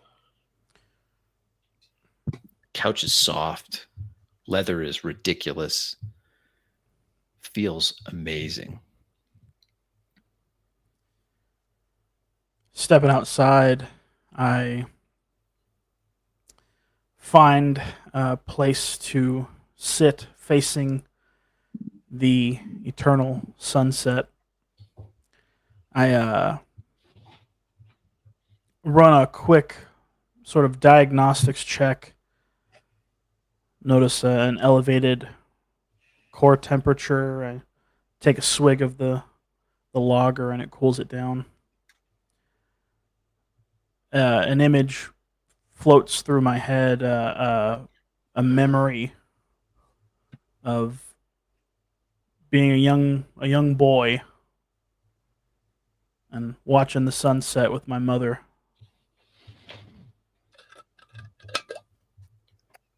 And then it dissolves away. And the auto dock, getting the swimming, I'm just like, feeling the pain subside finally. Splitting headache going away. Blood getting washed away as well. Just turning around, getting cleaned up. Therese makes herself something to eat while this is happening. She offers some, or walks towards Alan, sees his eyes closed, walks away. Shrugs her shoulders, takes the plate into her bedroom, door closes.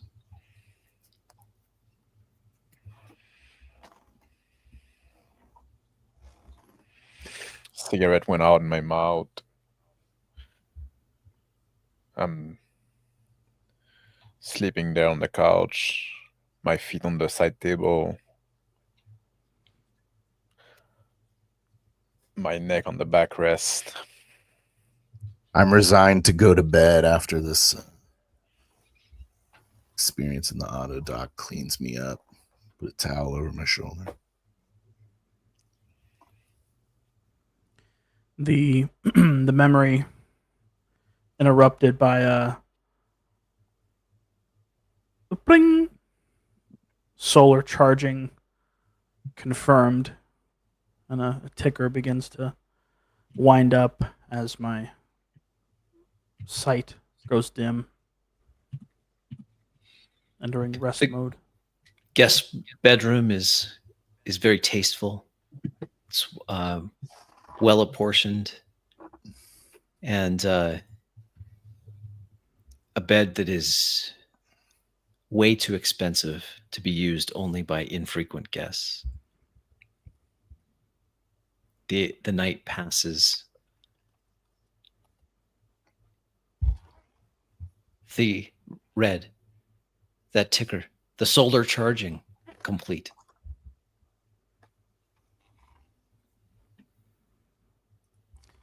My eyesight comes to. I see the scattered bits of metal and scrap before me. No longer the sunset, but a scrap heap. I hear the sounds of footsteps. Where is he? I can't find him. We need that module back. I blink my eyes and I'm back on the front porch. That's awesome. The smell of bacon, eggs, wafts through the air of the otherwise conditioned, very nice living accommodations of Therese. She's in the kitchen, having the assistance of an auto chef that's come out from one of the walls. Is helping her as it works over the hot grill. I sit up in bed and go, I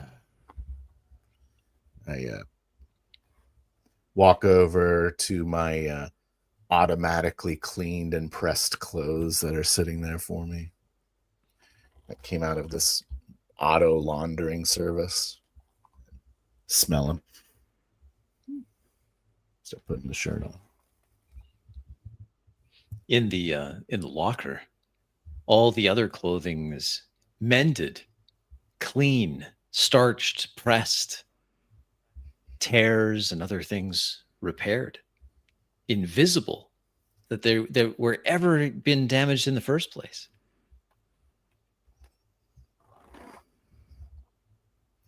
See, I'm glad I didn't put my jacket in there. It's got a nice patina.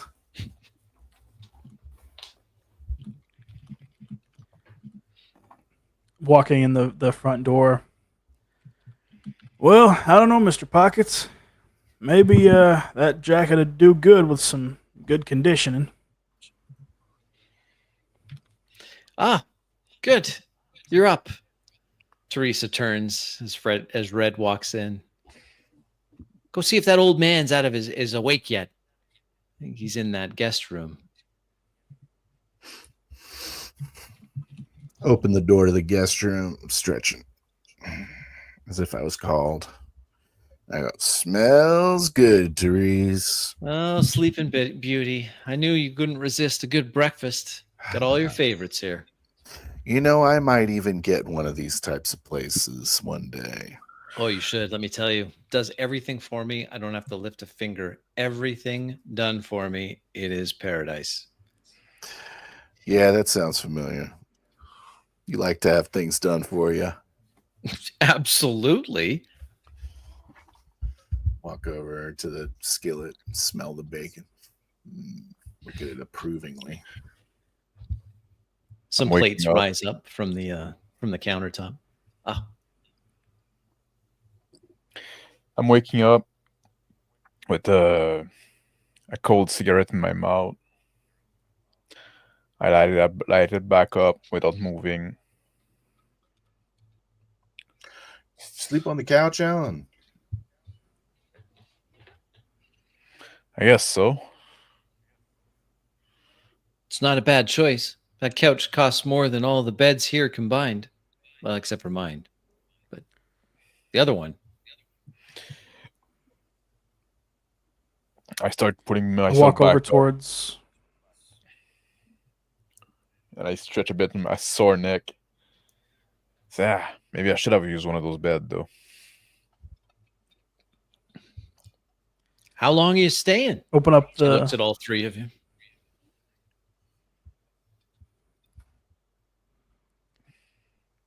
Locker opened up.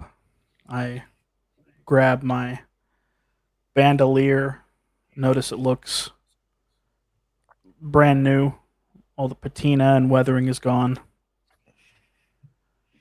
The vest is also like new. The shirt, still some holes, some patches sewn in, but still pretty noticeable. I'm looking at Red, looking at his clothes. And I say, maybe you should put yourself in there.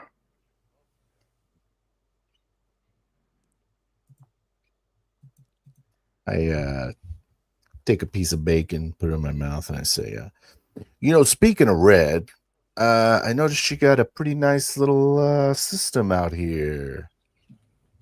Therese, maybe we can do a little debug work on old Red over here. He's been showing some signs of maybe a need to update. She slaps Frankie on the arm. A nice system. I tell you, Frankie, I got this other side hustle going. Incredible. I should have told you about it. I'm sorry, but you know what? I figured it out first. Figured I'd feather my nest a bit. But yeah, I've got a good system. What's wrong? It just needs a firmware update? Her eye, she winks at Frankie. Well, they don't really do support on these models anymore, I don't think. So, well, he's just like a homegrown thing. Yeah, it's like a homegrown sort of update. You know, he doesn't want to be custom. Gotcha. Yeah, just trying to debug it a little bit. Sure.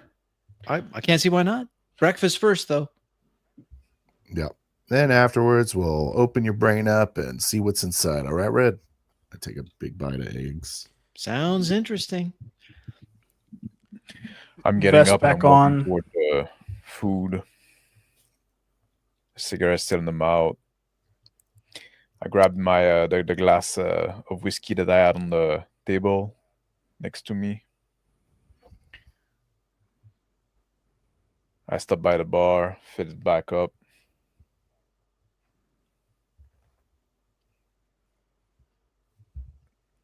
Putting the bandolier back on. Well, Alan, starting early a bit, are we? Not judging, just making an observation. Yeah, well, I'm judging. Put that damn whiskey down and have some damn breakfast. Stop acting like a damn animal.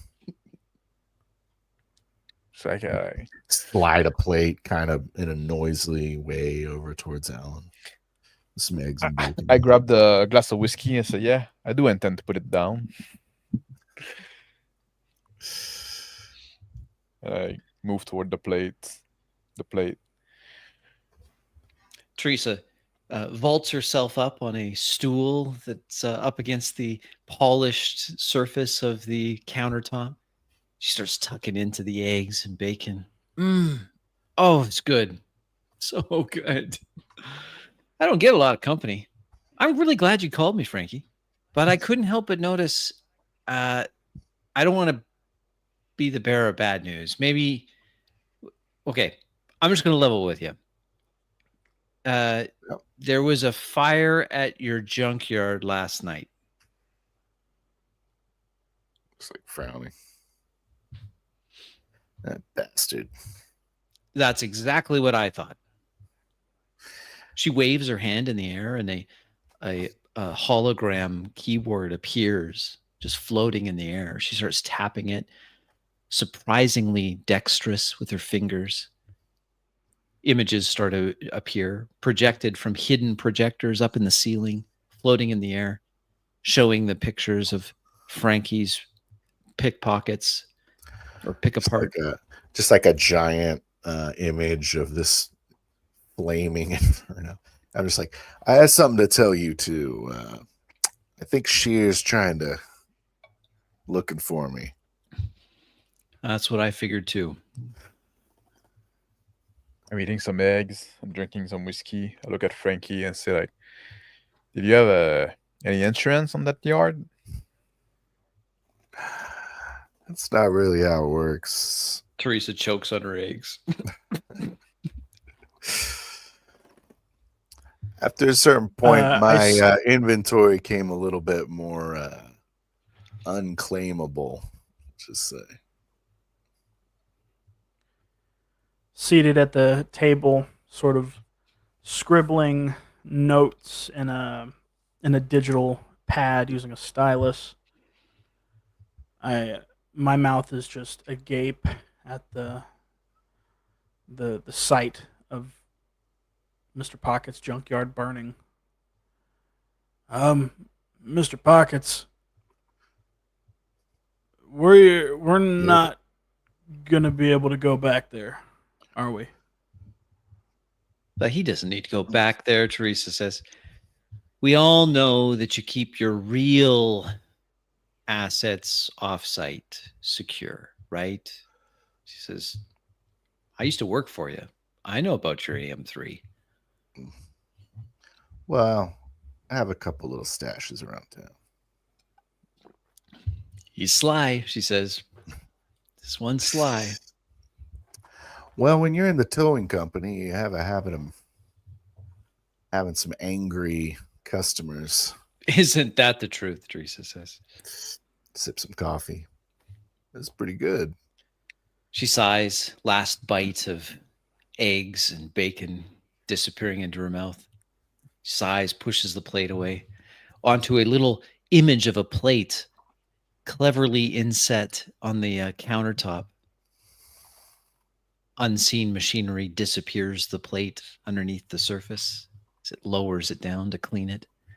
Automatic, she says, smiling at Alan. I'm rolling a new cigarette, still with some eggs in front of me and some whiskey in my glass. I look at Frank and say, so do you think this make you even with Sheer? I don't think he's looking for even anymore. He said we're done. So. Well, didn't seem like he was done. I don't think he's done. I don't think he's going to be done until he's done. Underlining what I've just written, 1 kilometer equals little over half mile. Underline. Well, retribution is a powerful force that could drive a man to do some terrible things. I nudged. And a man with as many connections as Mr. Shear, it's the good Lord only knows what could happen. Therese looks at Red. She squints a little bit. Then she looks over at Frankie. Did they like load him with that kind of stuff? Like where did they? Is he got like vids in there that he pulled? I don't know, but I've been trying to place the voice actor for the last 2 years. It sounds really, familiar. It's just on the tip of my tongue. Like I'm not. And she turns to Red. Look, I'm not trying to be insulting, Mr. Red. It's just on the tip of my. Almost like I've seen this show. It's one of the old shows, the flat ones, but I like those. I like the flat ones. Anyway, you wanted to plug him in. She points at Red. Take a look.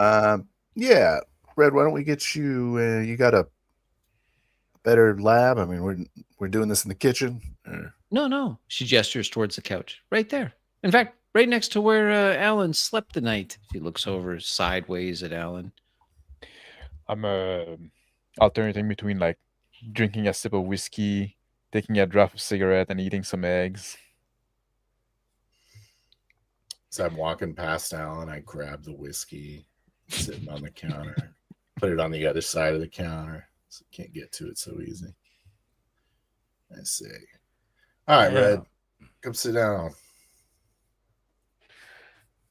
Pull the buckle on my bandolier, slide it off my shoulder, plop down on the couch. Well, Mr. Reese, I must say this is quite a fine piece of furniture you have here.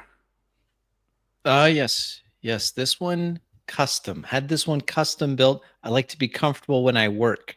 She sits down next to Red. Her prodigious size, easily enveloped by the oversized and overstuffed leather furniture. She disappears partially into the cushions. A hologram appears hovering over the coffee table. So I just can't see myself working at a desk. This is so much better. A hologram keyboard and other controls pop into existence, materializing in the air in front of her.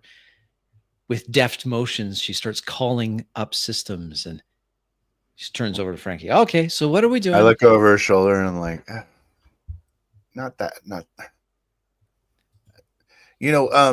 Maybe I should get a little side hustle. What'd you say it was? Knitting or something? Yes, knitting. She slaps Frankie's hand. Don't touch that. I'm working. You don't know what you're doing. Don't know I've been what I'm working doing. with Look around you. I'm not the one that. Well, I don't want to rub salt in the wound. All right, so here we go. All right, we need I need an interface here. Well, what do you take?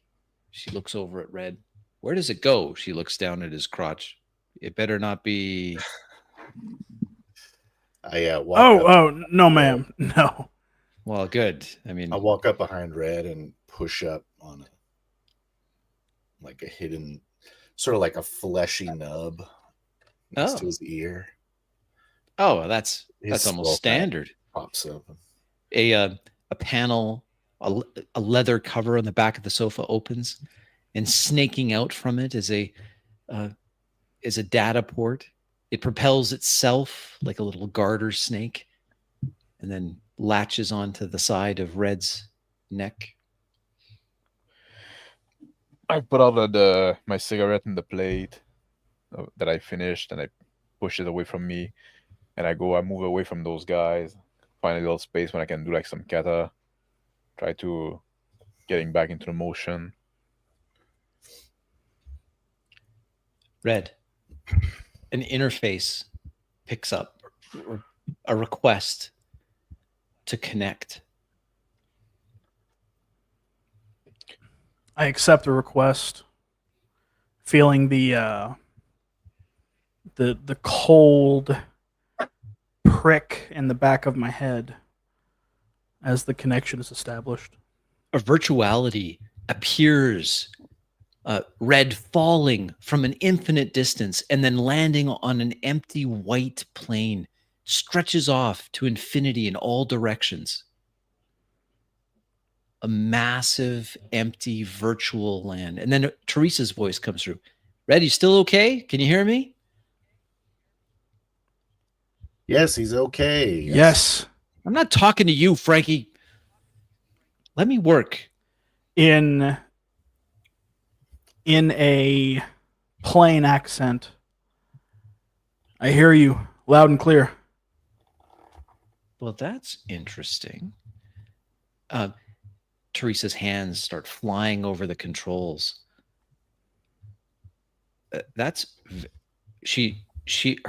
Her countenance changes. Closely monitoring what she's doing, catching their moves. Therese has uncovered a base level of coding, an operating system running below the surface. She turns to Frankie. He's no amusement park ride. Do you have any idea what he is? Do you? In fact, yes, I do. And we'll close it there.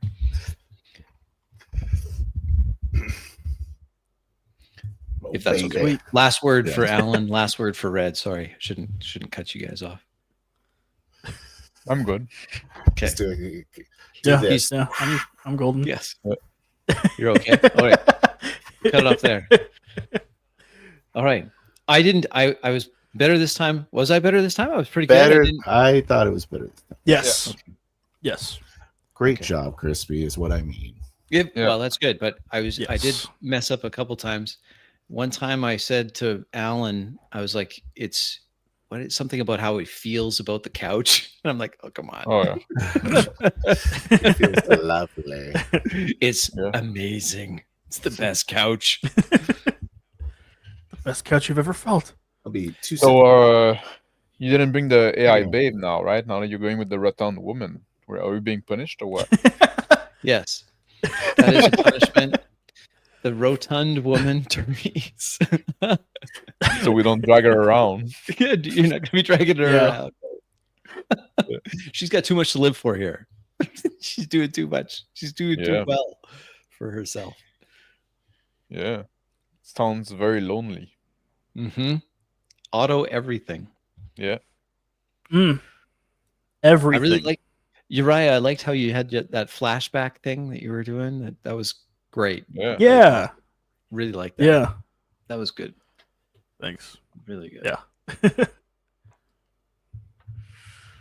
I hope I wasn't overstepping any, boundaries of, Because I know No. introspection and stuff like that is kind of But it kind of fits kind of for an you, iffy. right? Yeah, I know, Yeah. but like it doesn't seem like navel gazing to me because you're Mhm. it's your thing. Like it's kind of figuring out what your Yeah. brain Yeah. is doing. You're a stranger in your own body, essentially. Right. Yeah. I really did liked in the end how something, you had no accent when you spoke at the Mhm. end. It was like, oh, that's really cool. Like the Yeah. accent is just an affectation that was put on by the amusement park. There's something else underneath. That was really cool. And that's why at the end when you said that, that's when I decided that Therese, because she was going to discover there was more to you than just the amusement park, because if she rolled high enough. But then I was like, oh yeah, no, maybe she does know more. Like she stumbled across something. And anyway, it's when you said that, when you were like, I speak without an accent. I'm like, oh yeah, that's cool. I like that. Yeah. And we have talked a few times about like how if your character is going crazy or if your character is possessed, you get to decide what that looks like. So I think that you handled it totally correctly. So I was really impressed with it as well. Sure. I like the solar capacitors too. Well, I mean, I like that. Yeah, that was cool. Yeah. It's like, oh, that's cool. I like Well, it. plus, I mean, Therese rolled really high. If she had rolled really poorly, it would have gone a way different, way different. Yeah. Oh, shoot. Hello. How you doing, Black Lodge? Good to see you here. Shadow and Sun saying hello. Thank you. Justin saying hi. Chubby Funster, who I'll be speaking with on Thursday. Please come back for that. Popping in again. We're looking forward to that conversation. And some questions there about Max and where he's from. And we'll show that to the world. We're not ashamed of it. And a few other people that dropped in, said hi and waved. So it's good. Good. I did like the I have the when you called sheer. I thought that was fun. Yeah. Yeah. That was awesome. It's like, I don't know what I'm saying. I just don't want you to kill me. What can I do? What can we do to not kill me? Not murdering me. Is that on the table somehow? Yeah. I really liked the visual of him burning down the junkyard.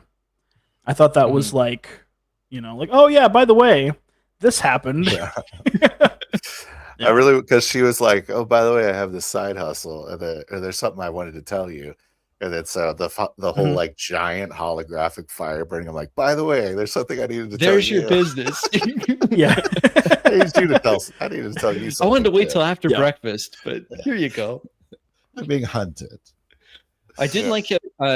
You did mention, so I don't know where you're going to go next, but you did, Max, you had said, hey, we could just go back to the horizon. I mean, that's always on the table, right? Like you could go to the horizon.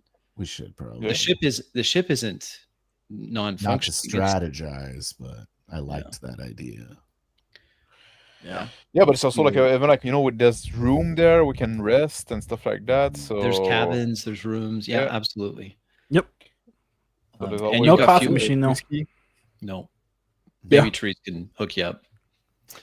Yeah. Well, I feel like so that's the way. Just for like continuity purposes, we have discussed that we are masking the ident of the horizon, so it has like effectively no ident, which makes it suspicious. Right. Oh, you got a fake one, no? Just a fake it's one. Like, it's like driving. It's like driving without a license plate. Yeah. Yeah. Or just like using a crappy cover. Yeah, exactly. It's like you turn a 6 into an 8 on your license plate. Yeah. It's like those filled it in with a license plate covers that you see on certain brands of cars. So it's like if we just take off, it's not going to be like instantly 5 drones around you like. No, but and not in this, because we'll have to wait for the packet to get sent. And she didn't. She didn't slam the door. Like we have to roll on that to see if she can get it for you. But she just said, "Oh yeah, but that's tough. It's going to take some time." But I did not feel like it was slammed either.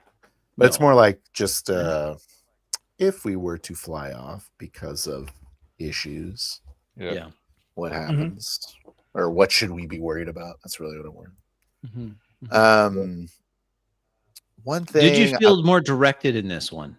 because that was something I did a little more on last time. I was trying very hard not to direct you places. I would say you did not direct. Yeah. Good.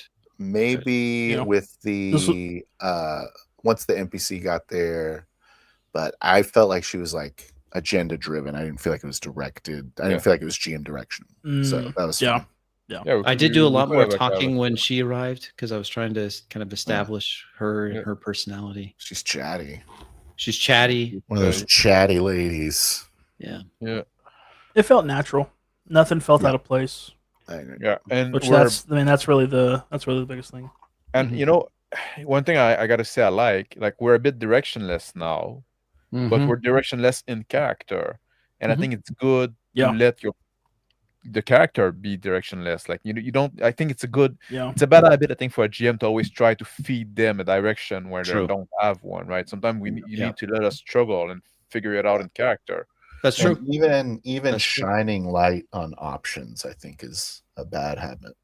Yeah, it can be because it limits to those options. Yep. Right? Yeah. You don't want like a highlight. The orange outline, the clickable. Can be the overuse of the clue back, right? Like, I want you to do this. I want you to do this. Oh, is it like this mystic art advice? So the 7 things that you can do. That, yes, I did. 3 hours of draw steel play, and now I'm working on the next section. And the next one is it's going to be all about what is meant by metagame. And it'll be interesting. The one thing I was and I'm fine with it because it's the character that's doing it, but I wanted to hack Uriah. Yes. With that's true. But, you did, but it would involve me using her deck, so I was like, she probably fucking with his shit. Yeah, right. So I was, and I mean, you could always muscle in and be like, no. I was trying to do that. I was like, let me get in there. So so my guy was actually doing, and I'm saying that's why I think it was in character, like that happening. I think it was in character, which is awesome, which is fine. But I don't know. I don't know why I think I'm gonna muscle in there this time. So like when she's like, "Do you have any idea what you're doing?" I want my guy to know exactly what she knows. Yes, because he's been in Uriah's head before. Yeah, he's already been at this level. Like you've already been to this. She's seeing it for the first now time. She's seeing what I've seen. Yeah, exactly. That's kind of where I want it to be. And it's kind of like she's like, So I want to. She's on already treaded ground. Yeah. Yeah. That's why I want to be like, do you know what it is? And then that's why I asked her. She's like, yeah. So that's. I think it would have been. I think it's set up for that, and that's how I want it to be. Yeah, because then, like, where we pick up, it's Frankie. Over to you. It's your turn.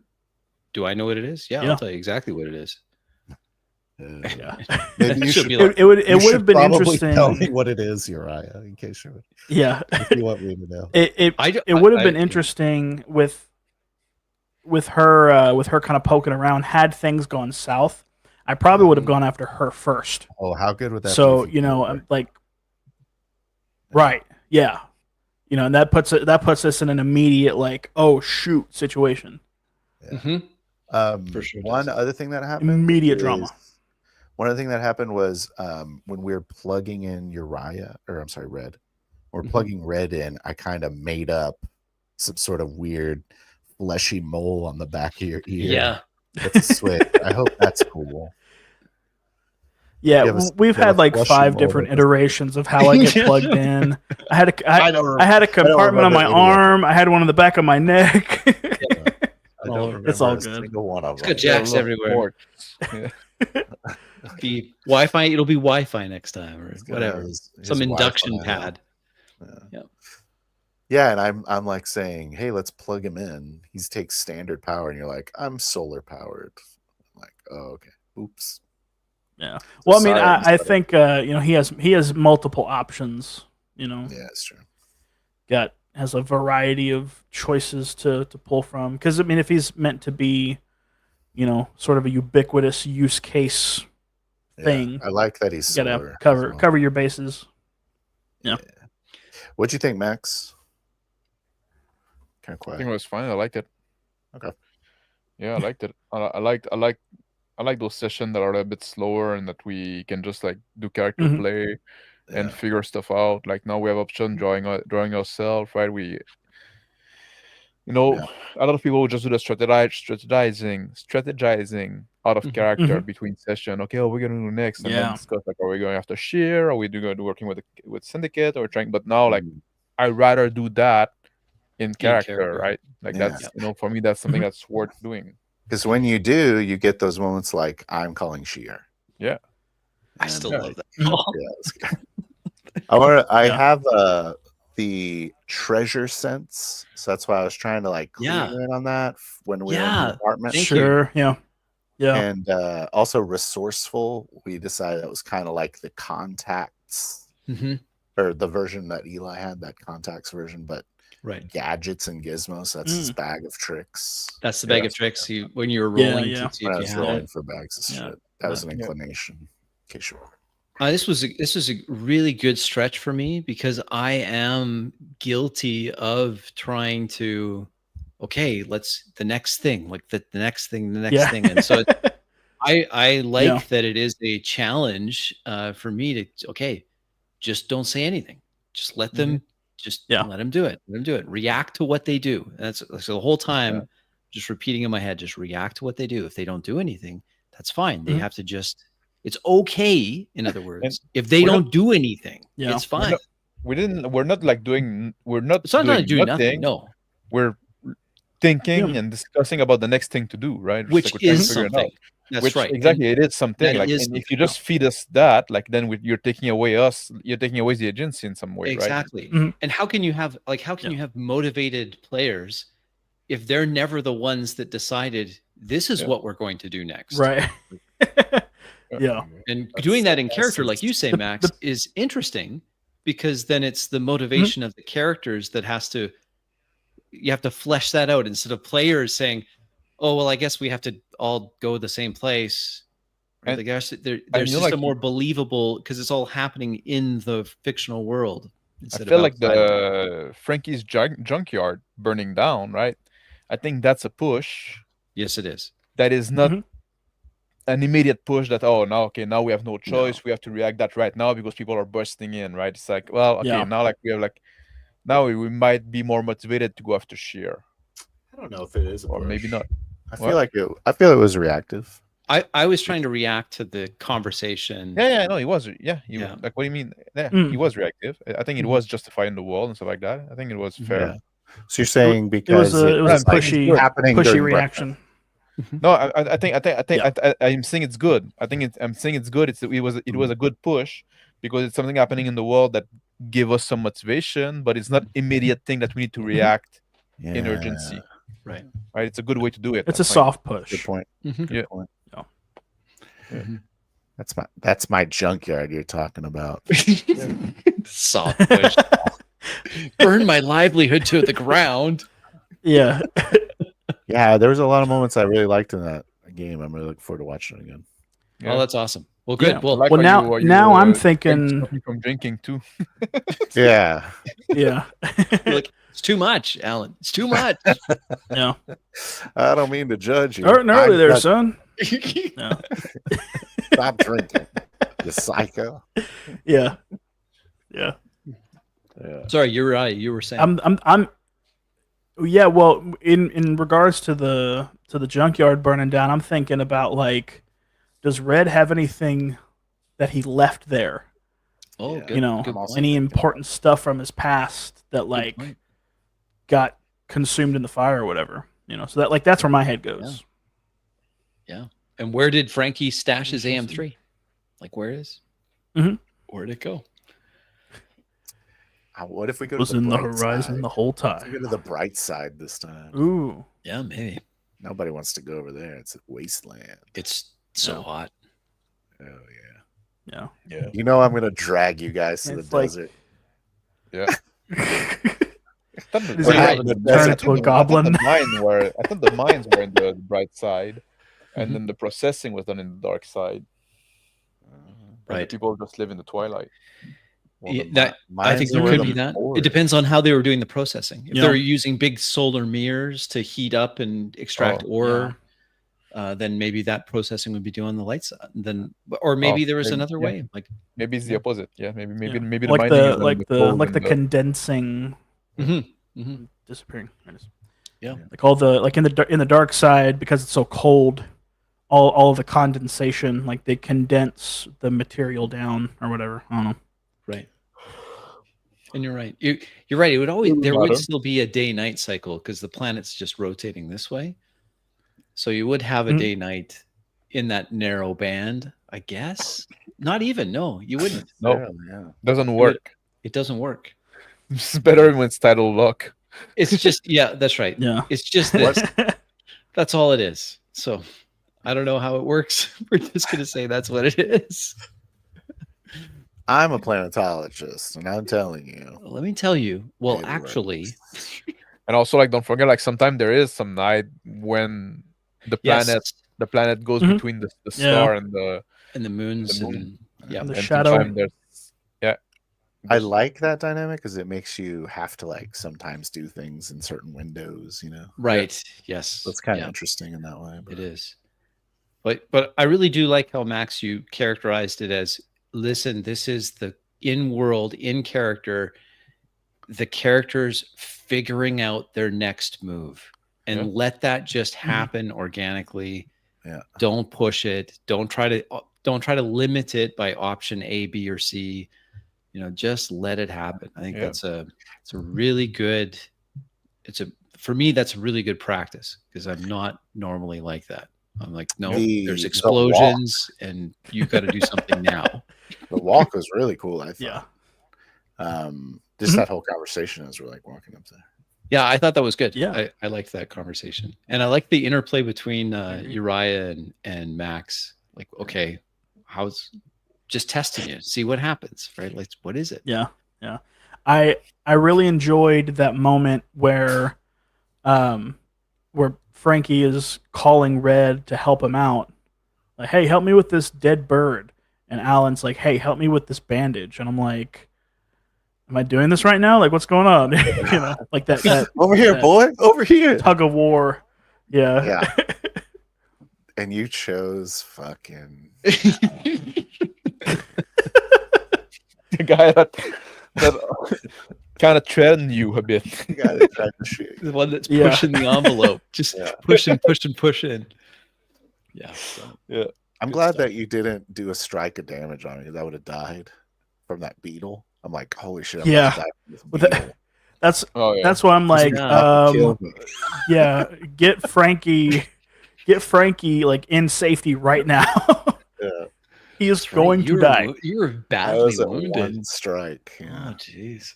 Yeah, he was. I like also on like death's door. I'm that at some point, like during the walk, there's 0 damage. Yep. there was like a bit of a sorry. No, I'm sorry. I was correcting myself. I'm sorry. I'm on the speaker now. Like my headphone died for some reason, and I sometimes like it's harder for me to hear. But during the walk, I like the tension that at some point built up between Frankie and Alan. Yeah. It felt real in a sense, right? Like that. Like you felt like, oh, those guys, they know each other. They've been together for a while. Well, it's been a while since they've been together, but like they have a past together. And there's this like they just went through something like kind of intense, and there's this tension breaking up that like it felt like it was fed by the drama that just went through, right? And this kind of situation they're in. There's a part where I hate doing this, but there's a part that you were like you said something at first. You were like, well, I'm not the brains of the group, and then you said something that sounded like ridiculous. Like it might have been saying I should contact Shear or something like that, or go work for him. And then I said, yeah, you're really the brains of the group. Yeah. That was. And then I like laughed because I thought it was like kind of a moment of levity between our characters because it's such a ridiculous thing he said. I don't know if that came off to you. Yeah, I got that. Yeah. I got that. I got that right, but like I don't know. I really like that. I felt like that was a very bro moment Mm, between Yeah. the two of them, yeah. or Yeah. father son, depending on the relationship that's happening here. But if And their it feel father. like there's a relationship going in there that goes like in, and even also like with Red too, right? They're like this between you and I'm the him, right? pet. Like and now like Alan's Yeah. coming in there and trying to evaluate like how you see him. That's why like that's the whole thing like about like Yeah. you want me to shoot him? It's just like Part where he's like, maybe we should trade some really valuable piece of technology. And I'm like, that's a Yeah. good idea. I was like, we're never gonna get new players with Phil and Max because every time it's like the first session, go turn yourself off, please. In the second Yeah. session, we're gonna sell him. We're gonna Joseph of Egypt Yeah. this guy because we just want the money. We just want the horizon. We want an etched It's sapphire. like, please Yeah. don't do this to the new player. I'm Well- playing in character, Chris. It's Yeah. all in character, yeah. Hey, as long as it's in character, anything goes. Yeah, that's right, I guess. I Exactly. thought it was. I immediately, I'm like, they're talking about Red. They're talking about Red. I know they're. Red talking is Yeah. not talking about Red. And Red's like, well, No. that's the junkyard. And I'm like, oh, bless you, Red. Yeah. So innocent. I envisioned that as one of those moments where it's like, okay, you say yours and I'll say mine at the same time. Ready? 1, 2, and then they're just two completely They're all different like, things. are you thinking what I'm thinking? The junkyard, you. It's just like, oh, Yeah. Everyone's like, Red. And Red's like, junkyard. No, not Red, guys. And he just looks at him. That's funny. That was hilarious. No, They keep looking the at each red other. the red truck in the junkyard. It's a That- vintage.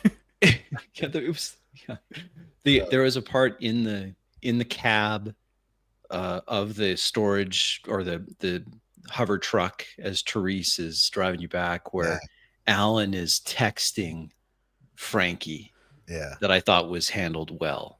It's like Max is like, I Yeah. text him this, and Oh, yeah. then Mhm. and then Frankie, Phil, the way that you had Frankie respond, where you just looked at him and like, yeah, and then it texts again and you just put it in your pocket. Like, no, this conversation's over. Yeah. Yeah. I thought that was done. I could picture that. That was done really well. I like that. There was a lot of really cool moments in Totally. that truck scene, like with when Red was in the back, like doing his fucking crazy shit. I don't even. Yeah. He's He was going- he's going. zoning out, trying to recall the ship, like what the ship looked like, because she needed to have the Yeah. like, what does the ship look like? Then I could help you, but without Yeah. doing that. And I don't I know was why, rolling to see if I could just like project an image of it. I'm Mhm. like, I know what it looks like. I just can't show it to you. You know. Mhm. I really like the scene. It just kind of the familiarity, the relationship between Therese and Red and my character. I really liked. It felt good. I Very- liked very warm. it was fun to play off the because Phil, when you introduced her, you're like, oh, she used to work for me, and I'm like, oh, perfect, because then I can play off stuff that she would know about Frankie. I know about your AM3 stash. I'm like, okay, Yeah. and that That was and a it really clever way to let me keep that. I really liked that NPC. I thought that was well done because of by having her not just be a nameless contact, but one that knew you, worked for you, then she knew about Alan. Oh, this is Alan, the one that you were always talking about. And what was the name of the other boy. one, which is like bringing Alan in because you'd just been to Brick's funeral.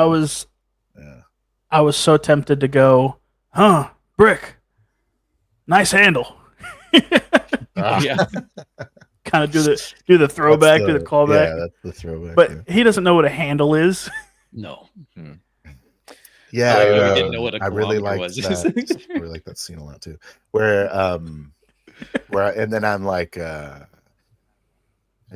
said something like, "Oh, it wasn't that long ago." I forget what I said, but never mind. Then I I used to just like, like not that all the familiarity. time. Yeah, he oh didn't yeah, hang talk around. to you all about all the time. Say not all the time. Take it easy. That's what Trying to keep Alan's like Yeah. That's like, Keep wow. his Trying to ego in check. downplay how much I miss Alan every day of my life. Every day talking about Alan would do this better. Do you know who is better at this than you? Alan. Eventually, he's just like, forget you, old man. I'm starting up my own shop. Yeah. Talk about Alan and the Horizon all you want. Yeah, the picture in the office, that was cool too. Yeah, could see yeah. that. Oh, that picture that you had in the office of the, Mm-hmm. when you kept on You standing pining there with over. thumbs up and Yeah. Arms around both of the boys.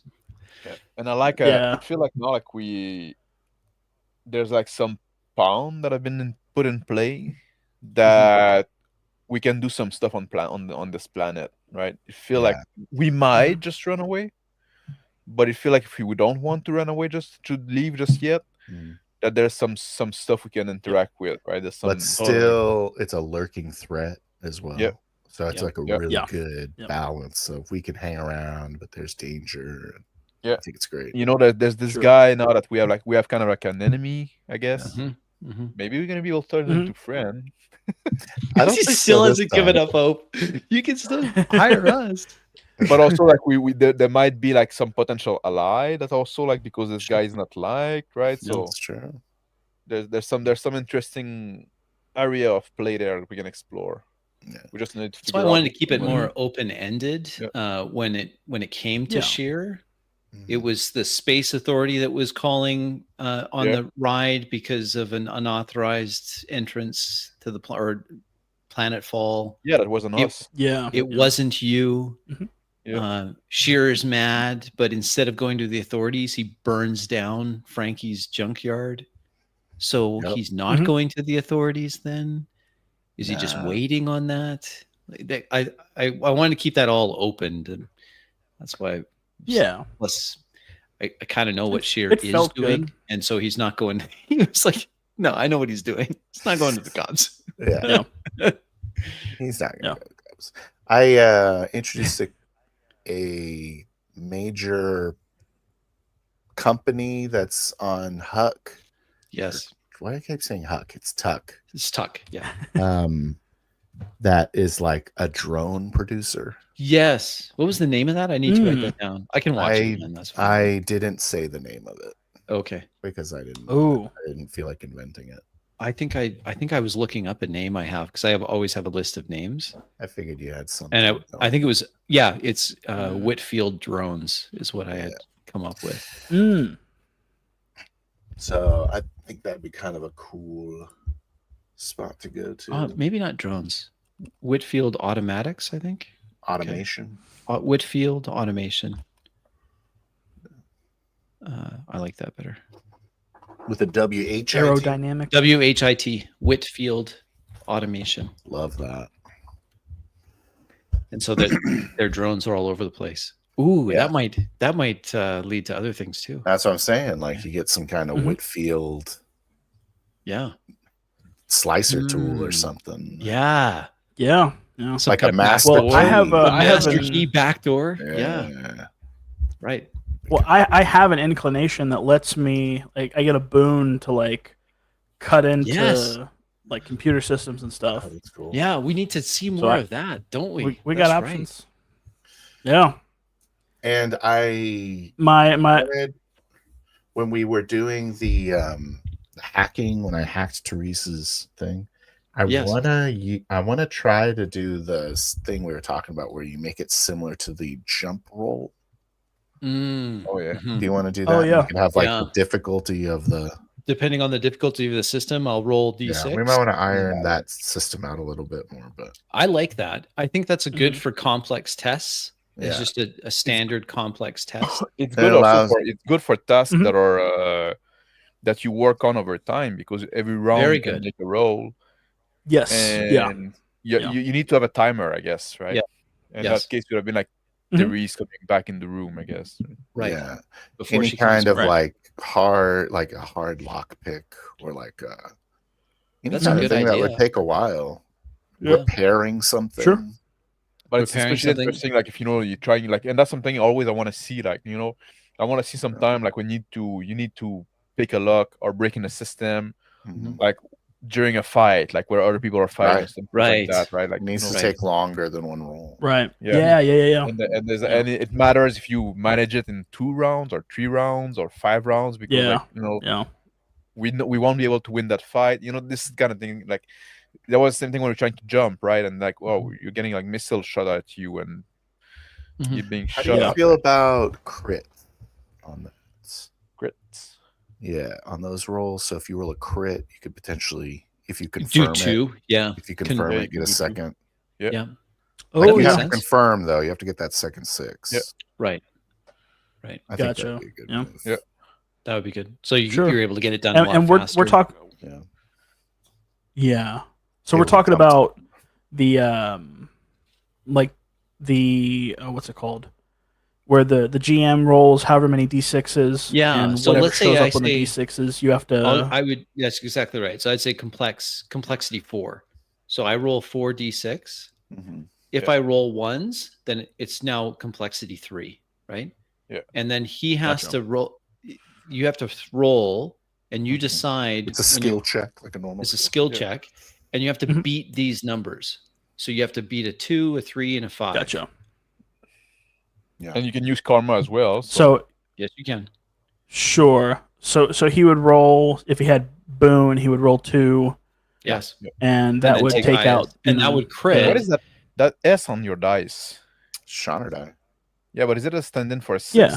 It's a 6. Yeah. Okay. Yep. So then you, if It's you a rolled that 5. and confirmed, Just a Yeah. big yeah, 5. it's a big 5. It's a big Yeah. 5. But Then you could potentially take 2 of those and then just have one more to do. Sure. That'd be Gotcha. kinda cool. Or if you got enough karma, you could potentially get all 3 Yeah, done in boom. one go. Yeah, you could potentially crit, and then you're done. Yeah. Right. And the other thing that you can do with it is, I know I talk about it every time, but you set up like inclinations on the security system or inclinations on the hackers. Oh yeah. Yeah. Software, hardware. yeah. That make Yeah. it harder, easier. I don't know. Be like, Sure. add 2 to your lowest security roll or something. I don't know. Yeah. Or Yeah. Like if you have, like, a crit on hacking specific- on a 5, right? Or Mhm. confirm hacking Mhm. crits Yeah. on a 5. Exactly. Or get a boon on crit checks. Yeah. So, instead of rolling, when you roll a 6, instead of rolling 1 additional d6, you roll 2d6 and take highest to confirm the Or- crit. Or on the other That'd hand, be you crazy. have to. This is all confirm from it Wasted twice. World. Like that's what Wasted World does. They do a Oh, lot okay. Yeah. of that. That's cool. Yeah. They have a lot of those types of complexity rolls. They do. They've changed it up a little. I really like the changes though, because it's cool to have a boon on crits depending on the weapon, right? Like so, Yeah. and they've added weapons that do more than one strike. So there's Oh. that as another, which is kind of cool too. Who's doing that? Yeah. I think I Giant- got it like at I remember it was like the giant pulse rifle from the game you were playing or something like that. Yeah, Mhm. Ken's character had a particle beam 5. cannon. Did Yeah. 5 strikes and crit on a Great. 5. Yeah. And then confirmed so with insane. a boon. So and it did a lot of damage, a lot. Yeah. But the thing with that, which was fun in that Yeah. session, is that it does so much damage that you have to be careful of how you use that. Yeah. And he Yeah. he used it in like close quarters and nearly erased everybody, which was kind of fun. Gotta put some kind of That ammo was roll great. on that thing. I don't know. That's right. Yeah, that's right. Yeah. Very cool. Okay, cool. That was good. Well, thanks for the session, guys. We'll Yeah. We'll hopefully absolutely. everyone's schedule will work. I know busy, and I'm fitting it in. I don't care what's going on. we're trying fitting to- it in. We're fitting Till it in. I next week. appreciate you guys being here. Yep. So Good that's job. great. Good Works job, for me. all the players. Yes, and I'm very Yes. interested to see where you guys eventually decide you want to go. Very Yeah. interested to see if Red goes crazy. Yeah. Or if Red's personality changes, which I think is really cool. Like Yeah. to see that. Yeah. Yeah, that's interesting. Oh, well, that was a whole other like really cool thing that happened because I had the idea of that being a thing that changes over time, like as Mhm. Red progresses and as the pieces get put back together, he eventually becomes his own person. Like he leaves Right. behind the whole hick shtick, And I think I said like at the very beginning, like he wants to get his own. I think I said his own Hawaiian shirt, and y'all didn't pick up what I was saying. I always envision Alan as being like I always envision Alan as just wearing a Hawaiian shirt. That's just kind of the picture I have in my head. I don't know if it's just because Max does it, but like he becomes his own person. Right. That's cool. If that makes sense. I like that a lot. That's good. Starts dressing up exactly. I think like Alan did wear some Hawaiian shirt, but he also often wear like the tank top with the blazer on top of it, the sport jacket on top of it. Yeah. And slack. Did you wear a Hawaiian shirt in New Amsterdam? Yes, I think so. Feel like that happened. Yeah. Mm-hmm. You guys got all the tourist wear. Yeah. Yeah. I was sick of the like, and I dressed a bit like a 80s TV cowboy when we were in Berlin. Yes. Yeah. Yes, that was so funny. Very cool. Yeah. I don't know why I want to keep picturing Alan in like an Adidas tracksuit, but he's not in an Adidas tracksuit. Because you want to play Fierce Cities. Yeah. Almost depends on not too far off. Yeah. You got like those sporty like Mm-hmm. slack, right? Just like He's always wearing tearaway pants. That's what I was Ready for the katas. I gotta let him breathe for the katas. Yeah. All right. Well, thank you. And thanks for everyone watching. We had a few people drop in, which was great. Yeah. And a lot of fun. And it's very interesting. It's interesting to me how the dynamics change. I think it's interesting. It's interesting for the character, right? Which is like it's not only like it's not like just. And for me, that's worth more for me. It's not just like action interesting, like there's a lot of thing happening, right? It's like it's like those are interesting characters to follow, like to discover. Okay. Yeah, it is, and we're doing it. Catch it here on Tuesdays.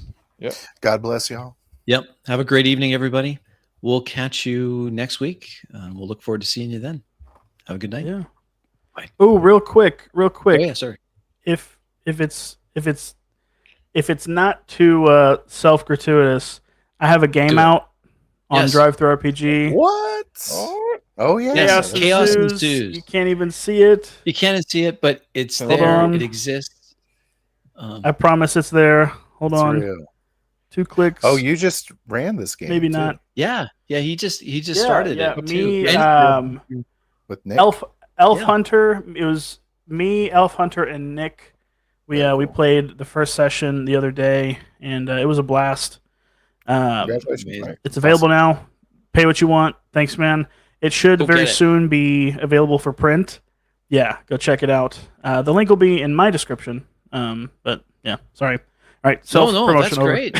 Good for you. No, that's great. Good for you. That's fantastic. Another money grab from Uriah with his free book. Yeah. Yeah, more shitting. Everybody want to shit.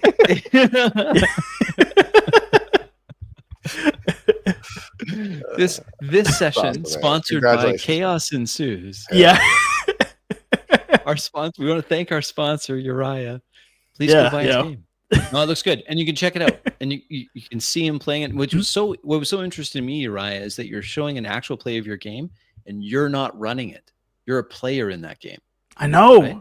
That's know. So cool. It was so insane. I know you're like. I never expected. Just kind of crazy. Sure, I guess. Yeah, it was cool. I was like super surprised that Nick was like, he just took the initiative and he's like, yeah, hey, let's play Uriah's game. I'm like, okay, well, yeah, totally, let's do it. It's a cool setting. I like the setting a lot. It's very cool. Yeah. Thanks. Very, very interesting. I like the timeline too. It's just kind of my favorite. Yeah. Anyway, great. Have a good night, everybody. We'll catch you later. Good night.